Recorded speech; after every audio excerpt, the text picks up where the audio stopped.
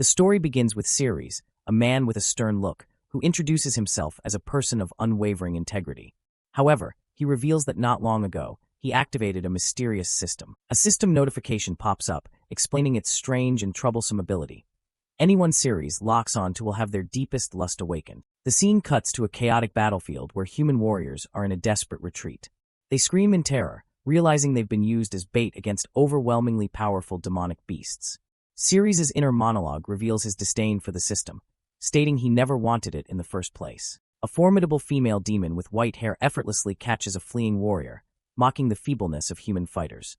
Witnessing this overwhelming power difference, Ceres has a change of heart, realizing he may have no other choice. A close-up reveals the demoness' identity, Princess Yog, the Demon King's wife. With a look of utter contempt, she licks her finger, remarking that the human warriors are a far cry from her king. A fellow D-rank warrior, Bella, pleads with Ceres to escape with her. She points out that he is merely an F-rank warrior and shouldn't try to play the hero. But Ceres firmly refuses, declaring that he cannot run away at such a critical moment when the city's safety is at stake. Princess Yog lets out a bored yawn, completely unimpressed by the humans. In stark contrast, Ceres stands defiantly, shouting that he can handle her. Despite his bold words, Ceres' body betrays his weakness as blood trickles from his nose due to the immense pressure from his opponent.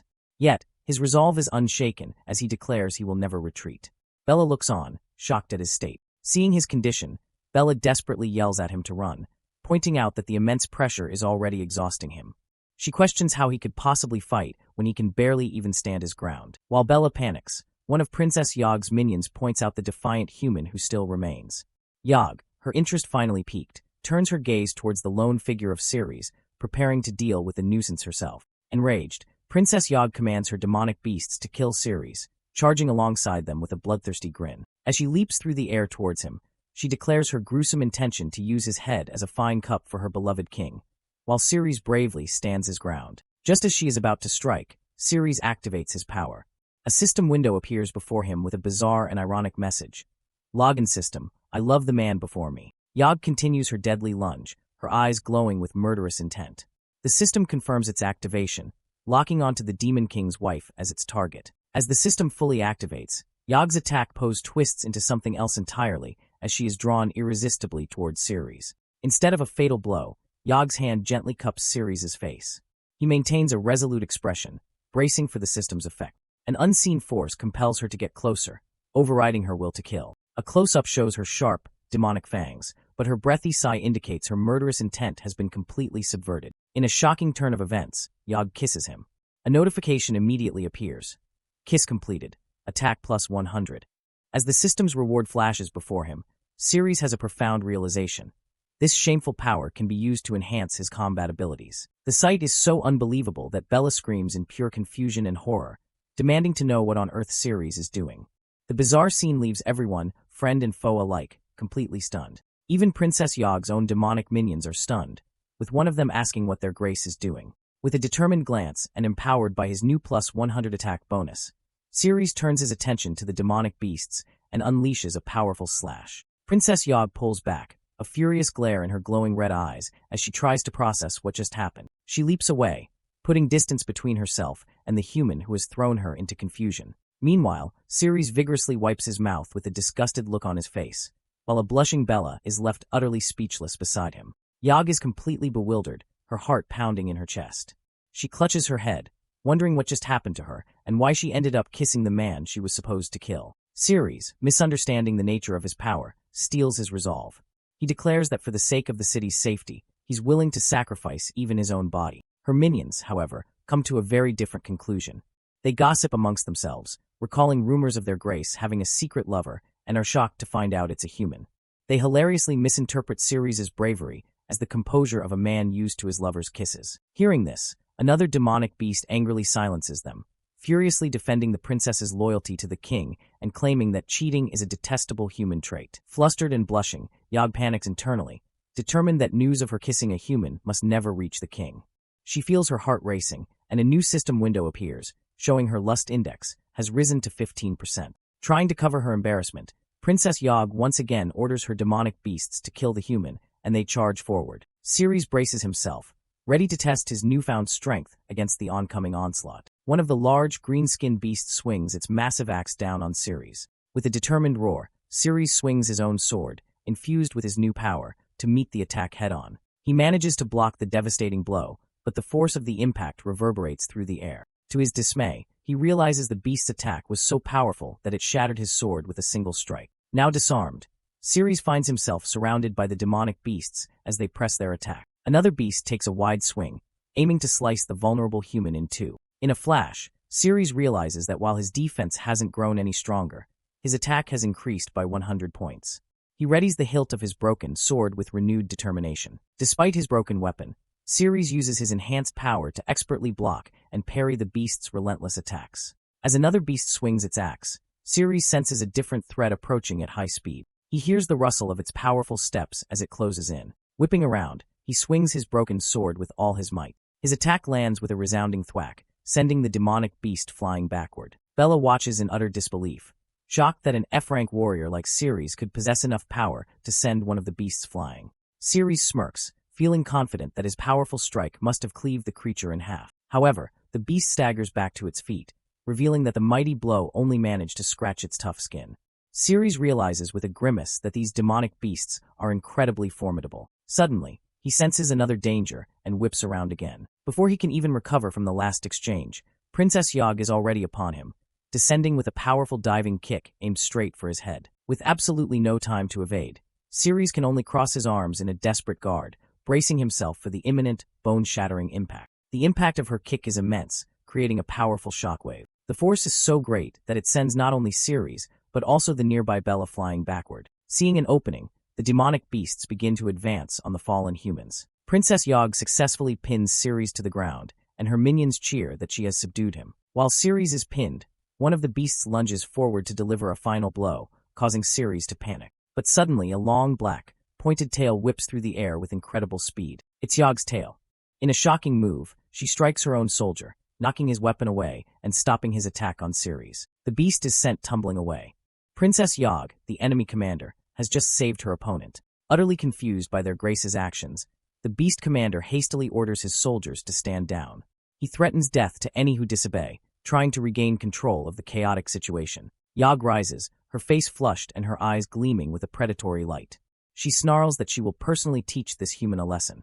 While her words sound like a death threat to her soldiers, her true intention is masked by the system's influence, as her lust index has now reached a staggering 91%. Misunderstanding the situation entirely, her loyal minions cheer her on, eagerly encouraging their grace to kill the human. Consumed by the system's power, Yog lunges at him, declaring that she is going to bite him to death. Ceres can only look on in shock as her face gets dangerously close to his. Instead of a fatal attack, however, she bites down on his ear. As she slurps on his ear, another system notification appears.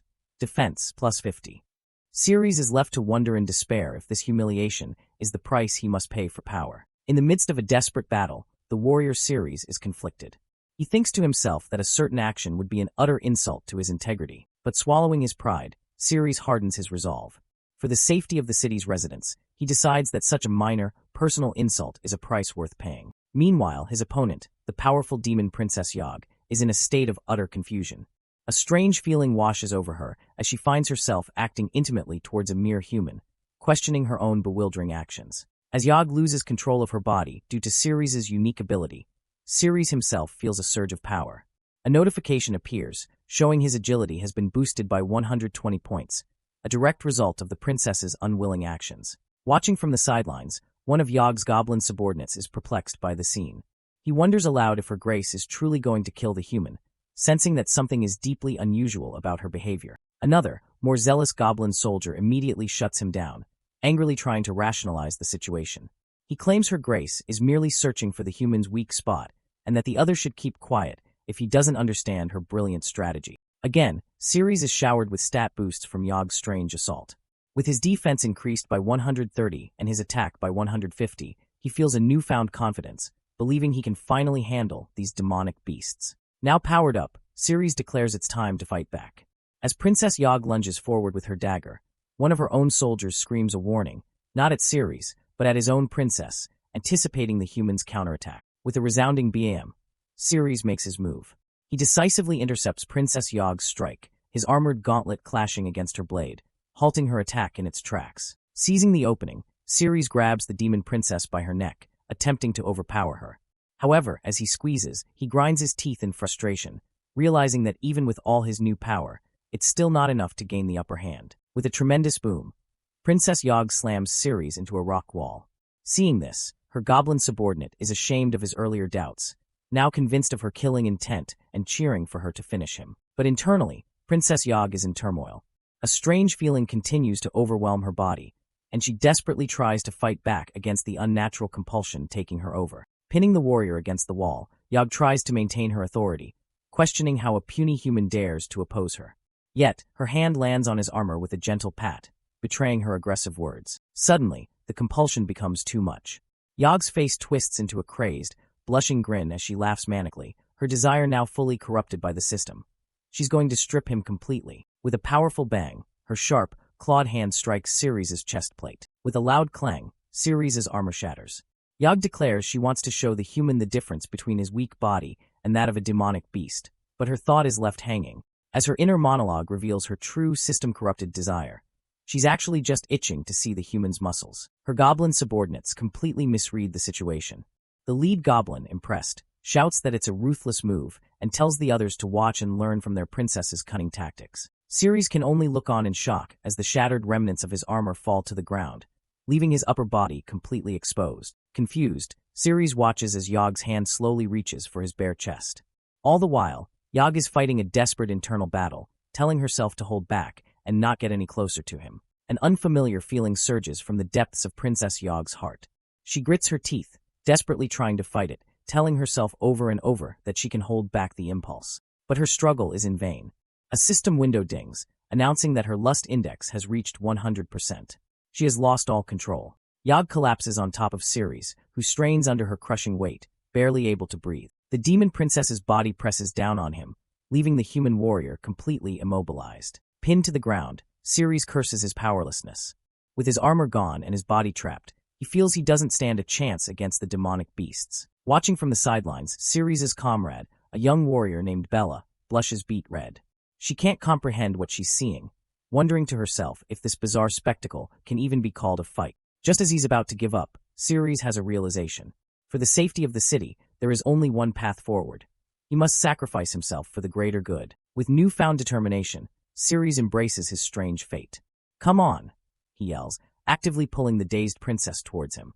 He needs to increase his stats, his strength, no matter the cost to his dignity. The effect is immediate. A chaotic flood of system notifications erupts across the battlefield, leaving the goblin soldiers stunned as Ceres receives massive boosts to his agility, defense, concentration, perception, and intelligence. The boosts continue to pour in, skyrocketing his endurance, magic, and attack power to unimaginable levels. The bizarre scene reaches a fever pitch of chaotic energy and raw power, a spectacle of absurdity on the battlefield. Suddenly, the chaotic scene is interrupted by the arrival of a hulking figure in menacing black armor, his presence silencing the battlefield. The armored figure drops his sword with a loud clang. He speaks one sorrowful phrase, "My dear." It is none other than Yog's husband, the demon king Bartley. Bartley is frozen, forced to witness the most compromising scene imaginable. His wife, the demon princess, drooling over a half-naked human, seemingly lost in ecstasy. The demon king looks on from a distance as his wife, still entangled with Ceres, finally seems to notice his presence, uttering, "Your Majesty." Staring with glowing green eyes, Bartley can barely process what he's seeing. At the same time, a notification appears for Ceres. The system has detected that Demon King Bartley has suffered a severe mental blow. This triggers a massive bonus for Ceres. A new system window announces that all his bonus values will be doubled, and he instantly gains a level, bathing him in a golden aura. The Demon King's shock instantly turns into cataclysmic rage. He explodes in a violent green aura, screaming at the top of his lungs that he's going to kill Ceres. Yog panics and tries to explain that it's all a misunderstanding. Ceres, however, ignores the drama, coolly wondering if his newly doubled power level is enough to take on the enraged king. But Demon King Bartley is far beyond reason. He lets out a primal scream, his mind completely consumed by a singular, jealous fury. His rage boiling over, Bartley begins to vent his power on the battlefield itself, violently punching the ground and sending shockwaves of rubble flying everywhere. His tantrum over, Demon King Bartley focuses his rage, screaming, "Get away from her, bastard!"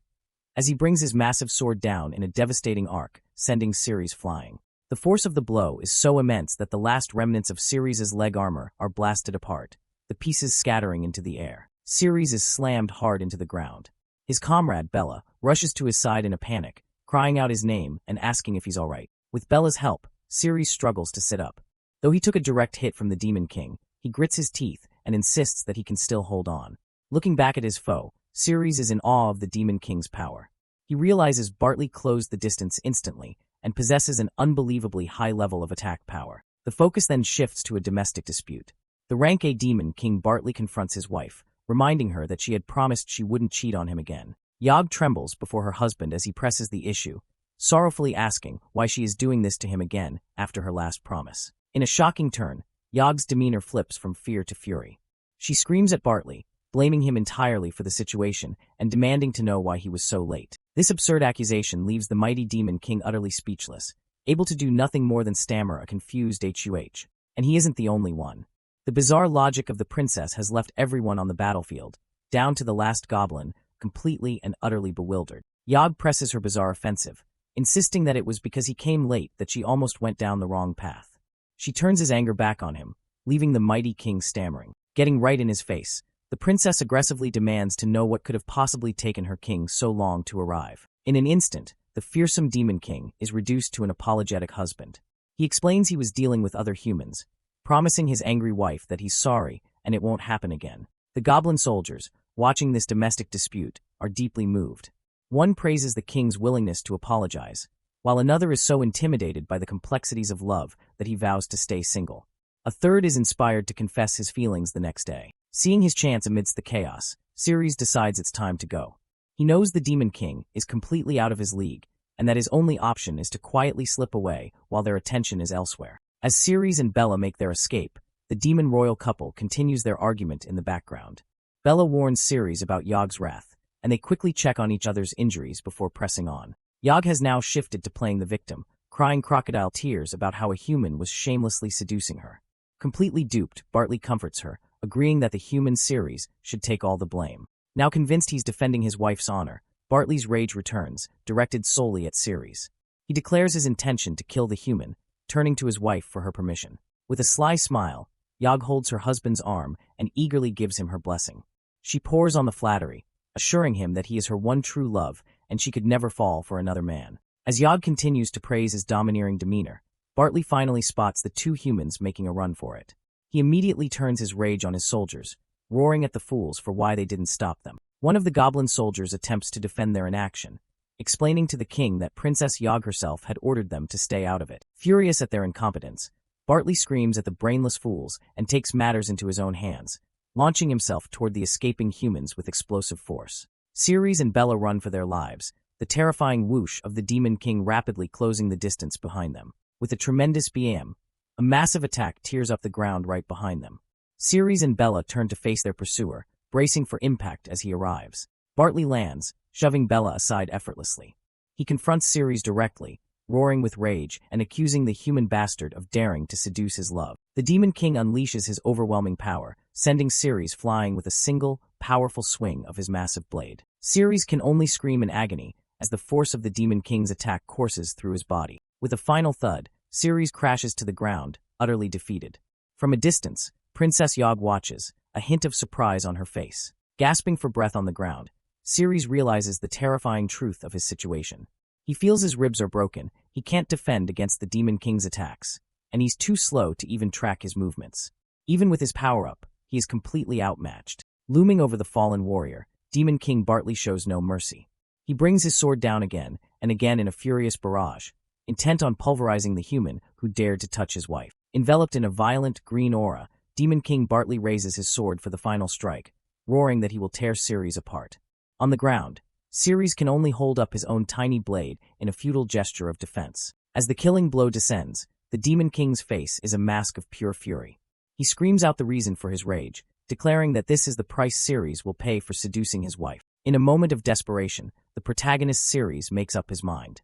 With no other options left, his only path forward is to keep leveling up, no matter the cost. As the formidable demon Princess Yog charges at him, Ceres activates his unique ability. A notification appears before his terrified eyes. System locked. A loud slap echoes through the battlefield. A sharp, clawed hand strikes with immense force. The hand belongs to Princess Yog, but her target isn't Ceres. She strikes her own husband, the Demon King Bartley, who is about to finish Ceres off.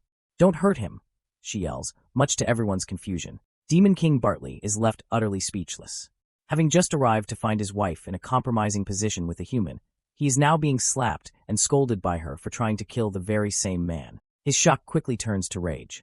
Bartley takes a heavy, earth-shaking step forward, his killing intent now focused entirely on Ceres. Sensing his chance amidst the chaotic marital dispute, Ceres makes a bolt for it. He dashes away, questioning why the demon princess would protect him, but not wasting a second of the opportunity. Yog continues her bizarre act, taunting her dumbfounded husband. "My dear, so you do care about him," she says, sarcastically twisting the situation and further infuriating the jealous Demon King. As Ceres flees, a notification window brings welcome news. Demon King Bartley's rage and confusion have dealt him a severe mental blow, causing Ceres to level up. However, sensing the immense danger, Ceres knows a single level is not enough and wisely continues to run for his life. But the situation is about to get even more complicated. The system's influence now takes complete control of Princess Yog. With her eyes glowing red with desire, she admits to herself that she's losing control and is dying to get her hands on the human's body, setting the stage for another intervention. As Demon King Bartley prepares to chase after Ceres, his wife Yog grabs his arm. Now completely driven by the system's power, she desperately tells her husband not to go after the human. "You just said I was your one true love for this life," she exclaims, wanting Ceres for herself. Bartley, confused and enraged by his wife's behavior, effortlessly shakes off her grip, sending her stumbling back. Free from her husband's grasp, Yog gives in completely to her artificial desires. "I don't want to suppress my desire anymore," she declares and launches herself through the air towards Ceres. Ceres looks back in terror as the demonic princess flies directly at him with a crazed look in her eyes, shouting, "I'm gonna let it out." With incredible force, Yog tackles Ceres, pinning him firmly to the ground. From afar, a stunned Bartley watches as his wife lands on top of the human. More system notifications appear for Ceres, granting him a massive plus 120 to vitality and plus 140 to concentration from the impact. Ceres is completely overwhelmed, panting and blushing as his stats continue to skyrocket. With his agility, attack, and perception all receiving huge boosts, he realizes his only path to survival is to let Yog have her way with him. Completely misinterpreting the situation, Bartley tries to be the hero. He apologizes to Yog for being late and vows to kill the human he believes has seduced her, thinking it will break the spell. But to Bartley's horror, Yog's loyalty has completely shifted. Shielding Ceres protectively, she glares at her own husband with pure rage. "Piss off," she screams, delivering the ultimate rejection. "Leave us alone." This public rejection is the final, crippling blow. The Demon King's mind freezes, unable to process his wife's ultimate betrayal. All rage evaporates, leaving only a mask of pure, uncomprehending shock as his sanity teeters on the edge. His wife's betrayal is the final blow. An immense power erupts from Demon King Bartley as he screams in denial. The shock is so great that a system window announces his mental world has collapsed, instantly granting Ceres another 5 levels. Just then, Ceres' companion, the warrior Bella, arrives on the scene.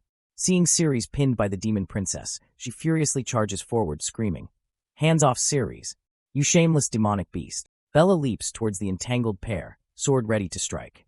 Realizing she's no match for Yog, Ceres desperately yells for his friend to stay away. Annoyed by the interruption, Yog reacts instantly. Her long, sharp tail whips through the air as Ceres shouts a desperate warning. Before Bella can react, Yog's tail snaps around her, completely neutralizing her attack in midair. With a flick, Yog slams Bella against a cliff wall. With the nuisance dealt with, she eagerly turns her attention back to Ceres, an audible slurp escaping her lips. A sliver of Yog's true consciousness seems to surface. Panting heavily, she wonders how she became like this, feeling as though she has lost herself to this overwhelming desire. She continues to question the feeling, acknowledging that deep inside this forced compulsion, she can sense something else, a hint of joy. To her own shock, a part of her is actually enjoying this situation, and she can no longer deny it. The scene cuts back to Bartley, who witnesses his wife's look of pure joy. For the Demon King, this is an unacceptable reality. The sight shatters his sanity, and he roars in defiance of what he sees. Lie. It's all a lie. His denial turns into pure rage. "I won't accept it," Bartley screams, his voice filled with hatred as he curses his wife. Unleashing his fury, the Demon King smashes his fist into the cliffside, sending a shockwave of force and debris everywhere. Finally focusing his rage, Bartley raises his enormous sword, which glows with a venomous green energy. "I'm gonna kill both of you," he bellows, bringing the blade down upon his wife and the human. The whistle of the descending blade cuts through the air, and the imminent danger seems to momentarily snap Yog out of her trance. Acting on pure instinct, Yog dodges at the last second, narrowly avoiding the devastating attack. The massive sword stops dead in its tracks with a loud clang, hovering just inches from Yog's head. She pauses, looking up at the blade in confusion. As if compelled by an outside force, a command tells her to turn around. The truth is revealed. Bartley is stopping his own sword. Despite the betrayal and rage, he can't harm the woman he loves.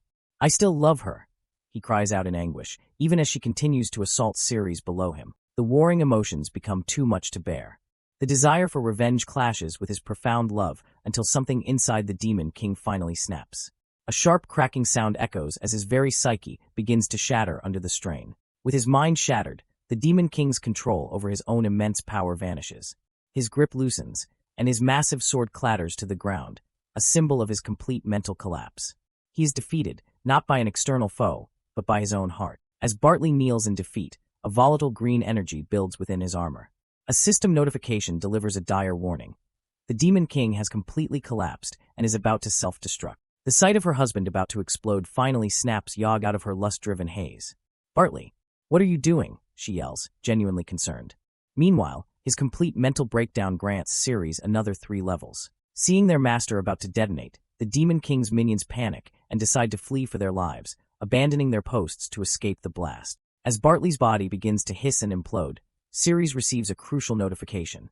He has reached level 10, unlocking the skill function. Wasting no time, Ceres immediately puts his new power to the test, drawing his now glowing sword with newfound determination. He unleashes a powerful slash against the unstable Demon King. His new skill, Instant Slash, allows him to teleport directly to his target and attack. Ceres appears in a flash of light behind the convulsing Bartley and strikes a decisive blow. Yog cries out in shock as the attack lands. Incredibly, the blow stabilizes the Demon King's energy, and the system confirms. Self-destruction halted. Ceres stands confidently, admiring his empowered sword.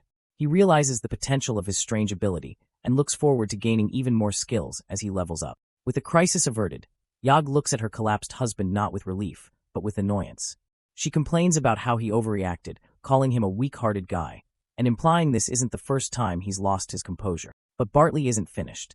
In a final act of despair, he lunges and grabs Yog, determined to take her with him in the self-destruction. Yog is caught completely off guard, screaming in shock as her husband holds her in a deadly embrace. Meanwhile, Bella, still pinned to the cliff by Yog's tail, struggles helplessly, demanding to be let go. "Yog, you should keep your word and go to hell with me," Bartley says grimly, his body about to explode. As he speaks, Bella manages to catch the tail and free herself. All of Yog's previous arrogance vanishes, replaced by pure terror. She screams, struggling against his grip, and pleading for anyone to save her from her husband's murder-suicide pact. Just in time, Ceres leaps in, his empowered sword slicing through the air. With a clean slash, he severs the arm that was holding Yog captive, freeing her from the Demon King's grasp. As she leaps away, Bartley reaches for her with his remaining hand, his voice filled with anguish as he cries out her name one last time. Consumed by his explosive energy and despair, the Demon King unleashes his final moments of fury on the cliffside, punching it relentlessly. The cliff face shatters under the onslaught, and the ground gives way. Both Yog and the recently freed Bella are sent plummeting into the dark abyss below. As they fall, Ceres manages to grab both Bella and Yog. But the fall and the trauma of the battle cause Yog's powerful form to shatter, her body breaking apart in a flash of purple light. Something small lands with a soft thud on the cold stone floor of a chamber deep below. Ceres slowly wakes up, aching all over. Seeing the stone walls around him, he wonders if they've fallen all the way to the bottom of the dungeon. He then notices a small, strange creature resting on his chest, much to his confusion. A system window pops up and explains the unbelievable situation.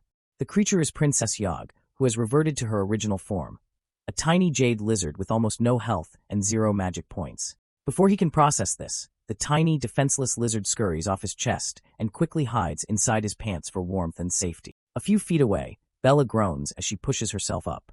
Still dazed from the fall, the first thing she does is look for her companion. Ceres is then hit with another surprise. A system window announces that Demon King Bartley has been defeated and offers him a reward, the map of Ney Dungeon. With blood dripping from his nose, Ceres lies on the ground, contemplating the dangerous implications of using this new map. His strategic thoughts are cut short as Bella leans over him, having finally found him on the floor. Startled, Bella trips and falls on top of Ceres, quickly stammering an apology. However, she notices the strange, glowing reward window floating in the air. Out of curiosity, she reaches out and clicks it. The map of the dungeon instantly activates, displaying a detailed holographic layout of the surrounding area. Ceres stares in awe.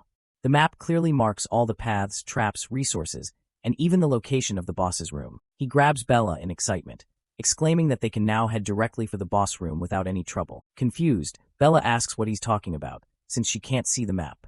Ceres quickly plays it off, realizing the system is visible only to him. With newfound confidence, Ceres helps Bella to her feet, and the two decide to press forward. But suddenly, a sickening pulse echoes, seemingly from inside Ceres' own body. His eyes widen in pain and shock as a foreign power surges within him. Ceres collapses to the ground, violently throwing up a stream of dark purple energy.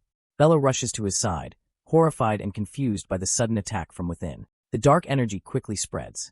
Purple veins crawl up Ceres' hand as his fingertip begins to crack and glow with a malevolent aura. He screams in pure agony, his body convulsing on the floor from the intense pain. He instinctively grabs his afflicted hand, but it's no use. The corruption is too powerful, and his fingertip begins to melt away. The pain sends him into a wild frenzy, thrashing on the ground as a horrified Bella looks on, unsure of what to do. In a moment of desperate clarity, Ceres tries to perform a gruesome amputation, slamming his own back and arm against a sharp rock to sever the corrupted flesh. Bella snaps into action, grabbing Ceres to stop him from tearing himself apart. She pulls him into a tight embrace, trying to restrain him. She sees his back is bleeding and his skin is burning hot.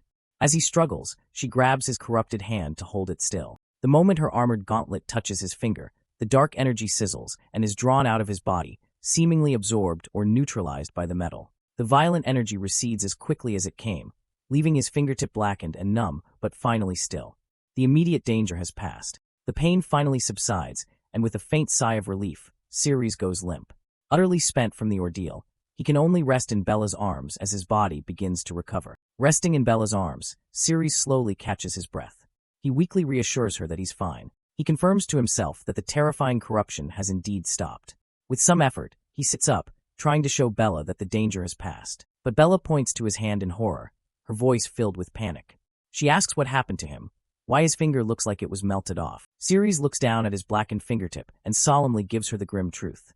I'm poisoned. His mind flashes back to the origin of his curse. Half a year ago, his city fell under a devastating attack by demonic beasts. He remembers being a powerless civilian, running for his life through the rubble as a powerful warrior from the guild fought off a horde of demons. The warrior was desperately protecting a mysterious red box from the demons, who were trying to claim it. A hulking demonic beast raised its massive axe, preparing to end the fight for the box with one final blow. With a devastating slash, the beast's axe tore through the warrior's defenses, cutting them down. The battle for the box was lost in an instant, and the raw power of the blow radiated outwards. The sheer force of the demon's attack created a massive shockwave, sending the powerless Ceres flying through the air. He was thrown across the street, landing hard amidst a pile of rubble and debris. Injured and trapped, all he could do was hide and watch the terrifying scene unfold. The demon held up the box, but the warrior's last stand had managed to damage it. A strange, dark purple liquid began to drip from a crack in its surface. Suddenly, the liquid vaporized and a gruesome, bloody rain began to fall from the sky. From his hiding spot, Ceres was overwhelmed by a pungent, nauseating smell. In the distance, the demonic beasts began to scream as the rain touched their skin. The rain was terrifyingly corrosive. The body of the fallen guild warrior began to melt and dissolve as soon as it made contact. Even the powerful demonic beasts weren't immune. The axe-wielding monster shrieked in agony as its own body started melting away. Buried under the rocks, Ceres was spared a direct hit from the corrosive rain. But it wasn't enough. The searing pain on his exposed back and the toxic fumes he inhaled were enough to seal his fate. He had been poisoned. The flashback ends with him waking up in a hospital bed. There, the doctor delivered the devastating verdict. The poison was unknown and incurable. At most, he had 1 year left to live. Then, as he lay in the hospital bed despairing, a mysterious message appeared before him. It was a glimmer of hope. The blood of an immortal demon could cure him. Ceres was stunned, having never seen anything like this strange, floating window before. The system then made him an offer he couldn't refuse. Bind with it, and it would give him a clue to finding the cure. With no other options and his life on the line, he accepted the system's offer without hesitation. Upon binding, the system provided the crucial clue. The blood of the immortal demon was kept in a place called Ne Dungeon. Back in the present, the flashback ends. Ceres finishes his story, explaining to Bella that his only hope for a cure lies within this very dungeon. Now understanding his desperate situation, Bella agrees to help.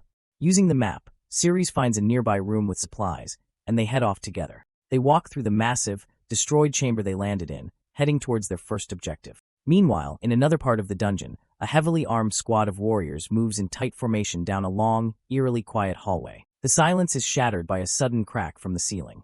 The lead knight looks up in alarm, thrusting his shield upward in a desperate, instinctual reaction. The warrior's eyes go wide with shock as he realizes what the sound was. A trap springs from the ceiling, a massive spike that impales the shield bearer in an instant. The squad shouts in alarm, realizing too late that they have walked into a deadly ambush. The knight's shield shatters as blood spurts from his helmet, his life extinguished in a single brutal moment. As chaos erupts, a commanding voice cuts through the panic. Vice Captain Tyler, a B-rank warrior, steps forward and orders his squad to halt, bringing the chapter to a tense close. Inside a dark, gothic corridor, the members of the Slayer squad are frozen with fear. Having already lost comrades to the dungeon's tricks, they know that any sudden movement could trigger yet another deadly trap. The knights are overwhelmed by despair. Even Claude, who had the strongest defense among them, was killed instantly. With their cannon fodder team already sacrificed, they have no one left to clear the treacherous path ahead. Despite the hopelessness, one knight declares they've come too far to turn back now. With a resolute clack of armored boots, someone steps forward, unwilling to give up. The one who steps up is the A-rank captain of the Slayer squad, Hills. However, he isn't volunteering himself. Instead, he coldly points and gives a cruel order. The lowest-ranked member must go first. Without hesitation, Captain Hills shoves a terrified D-rank member, Maxwell, forward. Maxwell stumbles, pushed out from the relative safety of the group to become a human minesweeper. Hill's shadow looms over the horrified Maxwell, who has fallen to his knees. He orders the young man to walk forward and find the right path, using his life to map out the traps. As Maxwell trembles, unable to move, Hills places his sword near his face, reminding him of the fatal consequences of disobeying a direct order. Maxwell is trapped between two certain deaths. An extreme close-up on Maxwell's face reveals the pure terror of a man facing his imminent end. Sweat pours down his face as his eyes widen in absolute panic. Just as Maxwell resigns himself to his fate, a blonde-haired knight suddenly intervenes, pleading with Hills to wait. He presents a magical, arrow-like device, offering a glimmer of hope. He explains it can bounce between surfaces to detect at least one trap, giving Maxwell a fighting chance. However, that glimmer of hope is instantly extinguished. With a cold, swift slash of his sword, Captain Hills destroys the device before it can even be used. The life-saving item is shattered, and with it, any chance Maxwell had. The shattered pieces of the magical arrow fall to the ground, and with them, Maxwell's last shred of hope. He can only watch, his face a mask of utter despair, as his only chance at survival is destroyed. Captain Hills then turns his attention to the blonde knight who dared to intervene. He brandishes his sword, threatening to kill him if he ever tries such a useless act of compassion again, cementing his cruel authority over the squad. The blonde knight lowers his head in silent defeat. He has done all he can, but against his captain's tyranny, he is powerless to save his comrade. With the dissenter silenced, Hills once again focuses on Maxwell. He coldly orders the young man, whose legs are trembling uncontrollably, to get up and continue his death march. Paralyzed by sheer terror, Maxwell's entire body trembles. All his courage has left him. Seeing this, his captain simply screams at him to go. Finally, with no other choice, Maxwell submits. He slowly lifts his boot, preparing to take his first step into the deadly, unknown expanse of the trapped corridor. With grim resolve, Maxwell plants his foot firmly on the next tile. The heavy step echoes through the hall, each sound marking a gamble with his own life. He survived. Maxwell lets out a shaky breath, sweat pouring down his face. The first tile was safe, but the momentary relief is immediately replaced by the crushing anxiety of what comes next. His mind races as he stares at the grid of floor tiles before him. Which one should he step on next? This one, or that one? Every potential step is a gamble, and the mental strain of the decision is immense. Seeing Maxwell hesitate, Captain Hills shouts impatiently from the back of the room. With no empathy for the torment he's inflicting, he yells at Maxwell to stop wasting time and just go. Spurred on by his captain's cruel shouts, Maxwell forces his trembling legs to move once more, stepping onto another tile. The psychological torment is written plainly on his face. He's drenched in sweat, his features twisted in a mask of pure anguish as he endures the slow torture. He takes another heavy step, and miraculously, he's safe again. In the background, Captain Hills watches impassively. Maxwell pants, catching his breath after another successful gamble. But Hills offers no real encouragement, only a sarcastic, nice one. before immediately ordering him to keep going. The relentless pressure finally shatters his nerves. Tears stream down Maxwell's face as the certainty of his fate consumes him. "I'm gonna die. I'm definitely gonna die," he gasps. His mind snaps. Overwhelmed by a tidal wave of panic, he realizes he cannot take another step towards his own execution. His will to go on evaporates. In a single, decisive moment, his survival instinct takes over. He can't go forward. With a soft rustle of his armor, he begins to turn. All discipline is gone. Maxwell makes a frantic bolt for safety, screaming that he doesn't want to die and just wants to go home. But in this place, retreat is not an option. The moment Maxwell turns to flee, his act of defiance triggers a trap. A sinister clack sounds from the very tile he just abandoned. Instantly, a spear of golden light erupts from the floor with a sickening thwack, impaling him from below. The force of the blow lifts him clean off his feet, his life extinguished in a flash. The rest of the squad watches in sheer horror. Maxwell's death reveals a terrifying new truth. The attacks can come from below, from any direction, and they materialize so quickly that dodging is impossible. Their situation has gone from dire to completely hopeless. Maxwell's lifeless body falls to the cold, hard floor with a heavy thump. While his comrades are frozen in shock, Captain Hill stands over the corpse, utterly unfazed. For him, the loss of a D-rank subordinate is nothing more than a minor inconvenience. After the path is cleared, Captain Hills arrogantly orders the lowest-ranked member of the expedition to step forward, intending to use him as a disposable pawn. Suddenly, a massive, ornate door at the far end of the Great Hall begins to open on its own, stunning Captain Hills, who is standing with his back to it. A soldier alerts his leader, shouting, "Captain Hills!" The door is open. The captain turns around, his expression hardening as he assesses the unexpected situation. From the now open doorway, a young warrior with brown hair cautiously peeks into the grand hall, his expression one of surprise and apprehension. The warrior Ceres finds himself and his teammate, a blonde woman named Bella, inexplicably floating up the side of the massive structure. He wonders in confusion how they could have ended up there. One of Captain Hills's men spots the survivors ascending the wall and yells out in shock, "Captain, they're from the bait team." Captain Hills is furious. The bait team was meant to be wiped out. He internally fumes, wondering if this survivor disobeyed his orders. Meanwhile, another soldier cries out in relief, "Bella, thank God you're all right." His face contorted with rage, Captain Hills screams at the lone survivor, his voice echoing in the hall. "Ceres, you bastard. Why are you still alive?" In the face of the captain's seething rage, Ceres remains utterly unfazed, looking back with a calm, almost detached expression as he simply utters, "Oh." This nonchalant response only serves to pour fuel on the fire, pushing Hills over the edge. To understand this deep-seated hatred, the scene flashes back to one day before the expedition. Here, a furious Captain Hills confronts a defiant Ceres, who stands his ground, demanding, "Tell me." This was the moment their conflict truly began. The flashback continues, revealing the source of the conflict. In a fit of rage, Captain Hills holds a blade to Ceres' throat, demanding to know how he knew the color of his wife's underwear while his subordinates try to restrain him. Ceres, with a straight face, provides a ridiculous explanation. He claims he's honing his battle instincts, a skill that allows him to perceive the color of everything around him. Unconvinced, the enraged Captain Hills accuses Ceres of being involved with his wife, Shirley, threatening to kill him on the spot as his men desperately try to calm him down. Feigning outrage, Ceres slaps his own chest, declaring he won't stand for the insult to his integrity and that he will prove the legitimacy of his strange ability. To everyone's shock, Ceres proceeds to use his power to correctly identify the underwear situation of Hills' subordinates. One wears pink, another none at all, and two others are wearing a matching pair. Humiliated and enraged, one of the subordinates urges Captain Hills to kill Ceres for the embarrassment he's caused. Hills remains silent, his face a mask of cold fury. However, a more rational subordinate advises against it, pointing out that killing him in the city is illegal and would cause problems if the body were found. He then asks Hills for an alternative plan. The subordinate devises a sinister solution, assigns Ceres to the bait team for the next mission, a position from which no one is expected to return. This, he reasons, is a legal way of ensuring Ceres' death. The flashback concludes, returning to the present moment inside the dungeon. Ceres, now fully geared, calmly assesses the situation. He thinks to himself that this was just a detour to change equipment, and he didn't expect to run into the Slayer squad, sarcastically concluding they must be lost. His inner monologue is cut short as Captain Hills points at him from across the vast hall.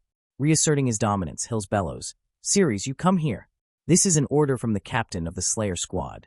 His tone makes his deadly intentions perfectly clear. As Captain Hills gives the order, Ceres immediately understands the captain's cruel intent. to once again use a lower-ranked member as a disposable minesweeper. From the side, Bella urgently warns him not to move. The blonde-haired soldier, Tyler, tries to reason with the captain. He points out that if the bait team can make it across alive, the main squad can simply follow their path, avoiding any further risk to their own members. With a sinister smirk, Captain Hills dismisses the idea. He claims that since they've already lost dozens of valuable members to reach this point, they cannot afford to turn back now, twisting the loss of life into a justification for more. Hills then turns on Tyler, coldly threatening that if he dislikes the decision, he'll be the next one sent to clear the way. The threat works, silencing any further dissent. Turning his attention back to Ceres, Hills mockingly brings up the finely tuned instincts Ceres claimed to have. He says it's time to put that skill to use for the team's benefit, reminding him of the grim consequences for disobeying an order. A notification sound rings as a system window appears before Ceres. MAD activated. With his secret weapon now online, Ceres calmly accepts the suicidal mission, simply replying, "Okay." Bella rushes to Ceres' side, pleading with him not to go, convinced the path is a death trap. But Ceres reassures her, stating that he must obey the captain's order, but that he will be fine. As the entire Slayer squad watches, Ceres takes his first step onto the trapped corridor.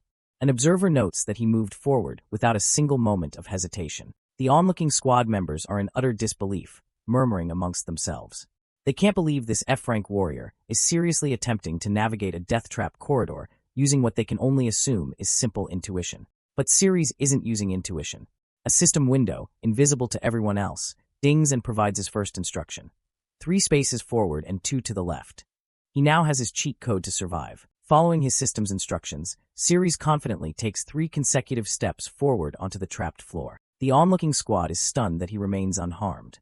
Captain Hill scoffs, attributing it to dumb luck, and grimly predicts that his fortune won't last much longer. Perfectly executing the system's command, Ceres then pivots, preparing to take 2 steps to the left. His sudden change in direction sends another wave of shock through the squad members, who can't believe he's still moving, and more importantly, still alive. As his foot lands, one of the soldiers panics, thinking a trap has finally been triggered, but another quickly points out that he's still safe, for now. As Ceres continues his unfaltering walk, the squad struggles to comprehend what's happening. They rationalize that it must be luck. It's impossible for a low-rank member to have such valuable information about the path when they lost so many elite members just to get this far. Ceres then makes a sudden leap, a move so reckless that the squad is certain his luck has finally run out and he has jumped to his doom. He lands with a slight wobble, feigning a loss of balance to make the death-defying feat look like a clumsy, near-fatal misstep. Captain Hills is rendered speechless. He stares in utter disbelief, unable to understand how the jump didn't trigger a single trap, completely foiling his plan. Once again, the system chimes in with a new, simple instruction for Ceres' next move. 5 spaces forward. Following the system's guidance, Ceres continues his steady pace, knowing he is just a few steps away from clearing the deadly corridor. The Slayer squad watches in stunned silence. Captain Hills can barely believe his eyes, muttering under his breath that the F-rank warrior is actually going to make it across. Ceres takes the final, decisive step, landing on solid ground right next to the body of a fallen comrade from the bait team, a grim reminder of the fate he just escaped. With a triumphant smirk, Ceres steps directly in front of the dumbfounded Captain Hills, just as a cheeky system notification cheerfully announces his arrival. The squad members crowd around, their minds reeling.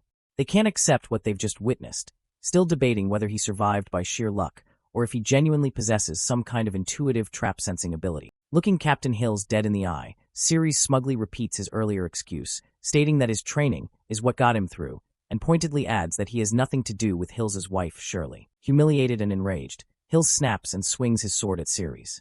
With a casual clang, Ceres effortlessly blocks the attack, letting out a bored sigh as if dealing with a child's tantrum. Internally, Captain Hills seethes. He refuses to believe it was anything but sheer, dumb luck. He clings to the belief that Ceres is just a fortunate fool whose luck is bound to run out. Since Ceres has proven his uncanny ability, Hills makes a decision. He declares that from this point forward, Ceres will be the one to lead the way. And so, the Slayer squad proceeds deeper into the dungeon, now following the F-rank warrior they had intended to sacrifice, with Ceres reluctantly taking the lead. While leading the way, Ceres spots a pair of peculiar purple mushrooms. His system immediately chimes in, identifying them as mustard mushrooms, beneficial for demonic beasts, but a potent laxative for humans. An opportunity for revenge has just presented itself. Putting on a show, Ceres looks back towards the group, pretending to be concerned for a teammate. He quietly muses to himself. Is she hungry? Maybe I can get some mushrooms for her. With his plan in motion, Ceres reaches down and carefully plucks the 2 mustard mushrooms from the stone floor. He then begins an elaborate act, sniffing the mushroom and drooling as if it were the most delicious thing he'd ever seen. He wonders aloud if, despite it being inedible, maybe just a little lick would be okay. The bait is taken. Captain Hills walks up behind the crouching Ceres and aggressively demands to know what he is holding. Ceres innocently replies, "Mushroom," before Hills slaps his hand away, yelling, "Give it to me." As Ceres feigns reluctance, Captain Hills snatches the mushroom and greedily shoves it into his mouth, arrogantly declaring that all resources found within the dungeon belong to him and his Slayer squad. While chewing, Hills menacingly pokes Ceres in the chest, reminding him that he can't take anything without permission before ordering him back to the front of the line. Suddenly, Ceres' demeanor completely changes. He becomes enthusiastically obedient, vowing to follow the captain's orders without question. This abrupt shift in attitude makes Hills suspicious. Meanwhile, at the back of the group, a healer tends to Bella's injuries. The vice captain, Tyler, apologizes to her, saying he didn't know she was assigned to the ill-fated bait team and that he could have had her reassigned. Bella looks down, solemnly confessing, "I volunteered for that team." Tyler reacts with utter shock, unable to understand why she would willingly join a suicide squad. The reason for her decision becomes clear as she recalls a recent moment. Ceres, using his uncanny knowledge, pointing out the correct path to the final boss, proving he knew more about the dungeon than anyone else. She chose to follow him. Back in the present, the healer finishes her work on Bella. "I fixed your broken bone," she says. Bella quietly thanks her as Tyler looks on, still concerned. Tyler gets Bella's attention, his tone serious as he prepares to lecture her on her reckless decision. He explains the harsh reality of the guild structure. The bait team is composed of the lowest-ranked members, used as nothing more than cannon fodder to clear paths. To him, joining that team to protect an F-rank warrior like Ceres was a suicidal act. He pleads with her not to be so foolish again, urging her to stay by his side. As a high-ranking B-rank warrior, he insists that he is the one who can truly protect her. The scene cuts back to the front of the group, where Ceres and Captain Hills stand before the final door. Ceres declares it safe, but Hills, ever paranoid and cruel, orders Ceres to be the one to open it, much to his shock. Hills taunts him, stating he won't risk any of his capable team members, directly insulting Ceres as disposable. He impatiently orders him to stop wasting time and open the door. With a decisive thud, Ceres plants his hands firmly on the great door. The moment for his revenge has arrived, and all he needs to do is push. As the heavy door begins to give way, Ceres glances back at the squad, his face a mask of serious intensity. The door is opening. "Everyone stay alert," he yells, his voice deliberately sharp, ratcheting up the tension in the already nervous squad. Just as the tension reaches its peak, Captain Hills feels a sudden, violent rumbling in his stomach. The mustard mushroom is beginning to take effect. Seizing the perfectly timed moment, Ceres shoves the heavy door open and yells, "Watch out for the traps." His warning sends a jolt of fear through the already on-edge squad. Ceres steps alone into the darkness beyond the doorway, disappearing from the squad's sight. The rest of the Slayer squad draws their weapons, bracing for an attack. They shout warnings to each other, fully expecting a monster or a volley of arrows to erupt from the darkness. But instead of a monster, a strange, foul odor drifts out from the captain's direction. A nearby soldier sniffs the air in confusion. Hills panics, realizing with horror what has just happened. An ominous, single footstep echoes from the dark room where Ceres disappeared. The squad sees Ceres standing just inside the threshold, apparently unharmed. Trying to maintain his composure, Hills barks an order at Ceres for a report, all while desperately clenching his buttocks and cursing the catastrophic timing of his upset stomach. A horrifying realization dawns on Hills. The mushroom is the culprit. He knows that if he moves too much, the rumbling in his stomach will lead to a much more explosive and humiliating outcome. Playing his part to perfection, Ceres looks back with a malicious grin. He delivers a false report designed to maximize the chaos. "From what I can see, there are traps everywhere." Ceres takes a single, loud step back toward the squad, a deliberate signal that the escape has begun. He immediately breaks into a sprint, yelling for everyone to follow him. In the background, a panicked Captain Hills shouts a contradictory order to walk, not run, a command born of pure, desperate self-preservation. Ceres' feigned panic works perfectly. The entire squad begins to flee, completely confused. They have no idea what they're running from, only that the act of running itself means they must be in danger. The jostling from the panicked run proves to be too much for Captain Hills. An unmistakable, explosive peyote sound erupts from his armor. A wave of horror washes over the captain's face as he realizes, with dawning despair, that he can no longer hold back the catastrophic effects of the mustard mushroom. The resulting odor hits the squad full force. In their heightened state of alert, they immediately mistake the smell for a deadly trap, shouting that they've sprung a poison gas trap and must run.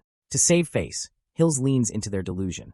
Blushing with shame but desperate to hide the truth, he screams at them to run for their lives, or they'll all be poisoned. After the chaos subsides and the air has cleared, Ceres props himself against a wall, putting on a convincing act of being exhausted from the narrow escape. His act is cut short as a seething Captain Hills stomps over to him.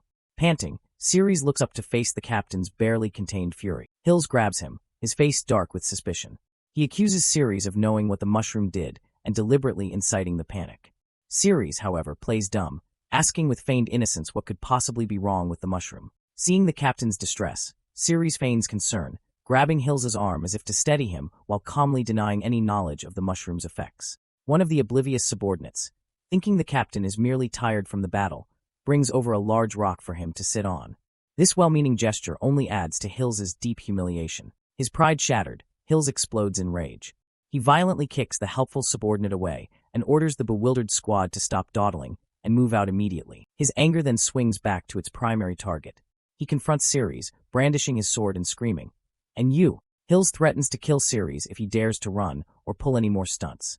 Ceres, however, simply smiles and agrees, his cheerful obedience further enraging the humiliated captain. As they proceed, the camera focuses on a single floor tile engraved with the image of a coiled serpent, hinting at a new type of danger. Ceres calmly warns his team not to step on the engraved tile.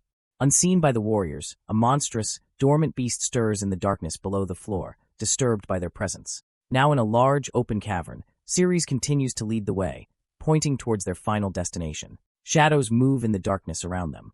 The glowing red eyes of giant, monstrous creatures, a huge serpent and a scorpion-like beast, watch the squad as they pass. A new warning flashes from Ceres' system.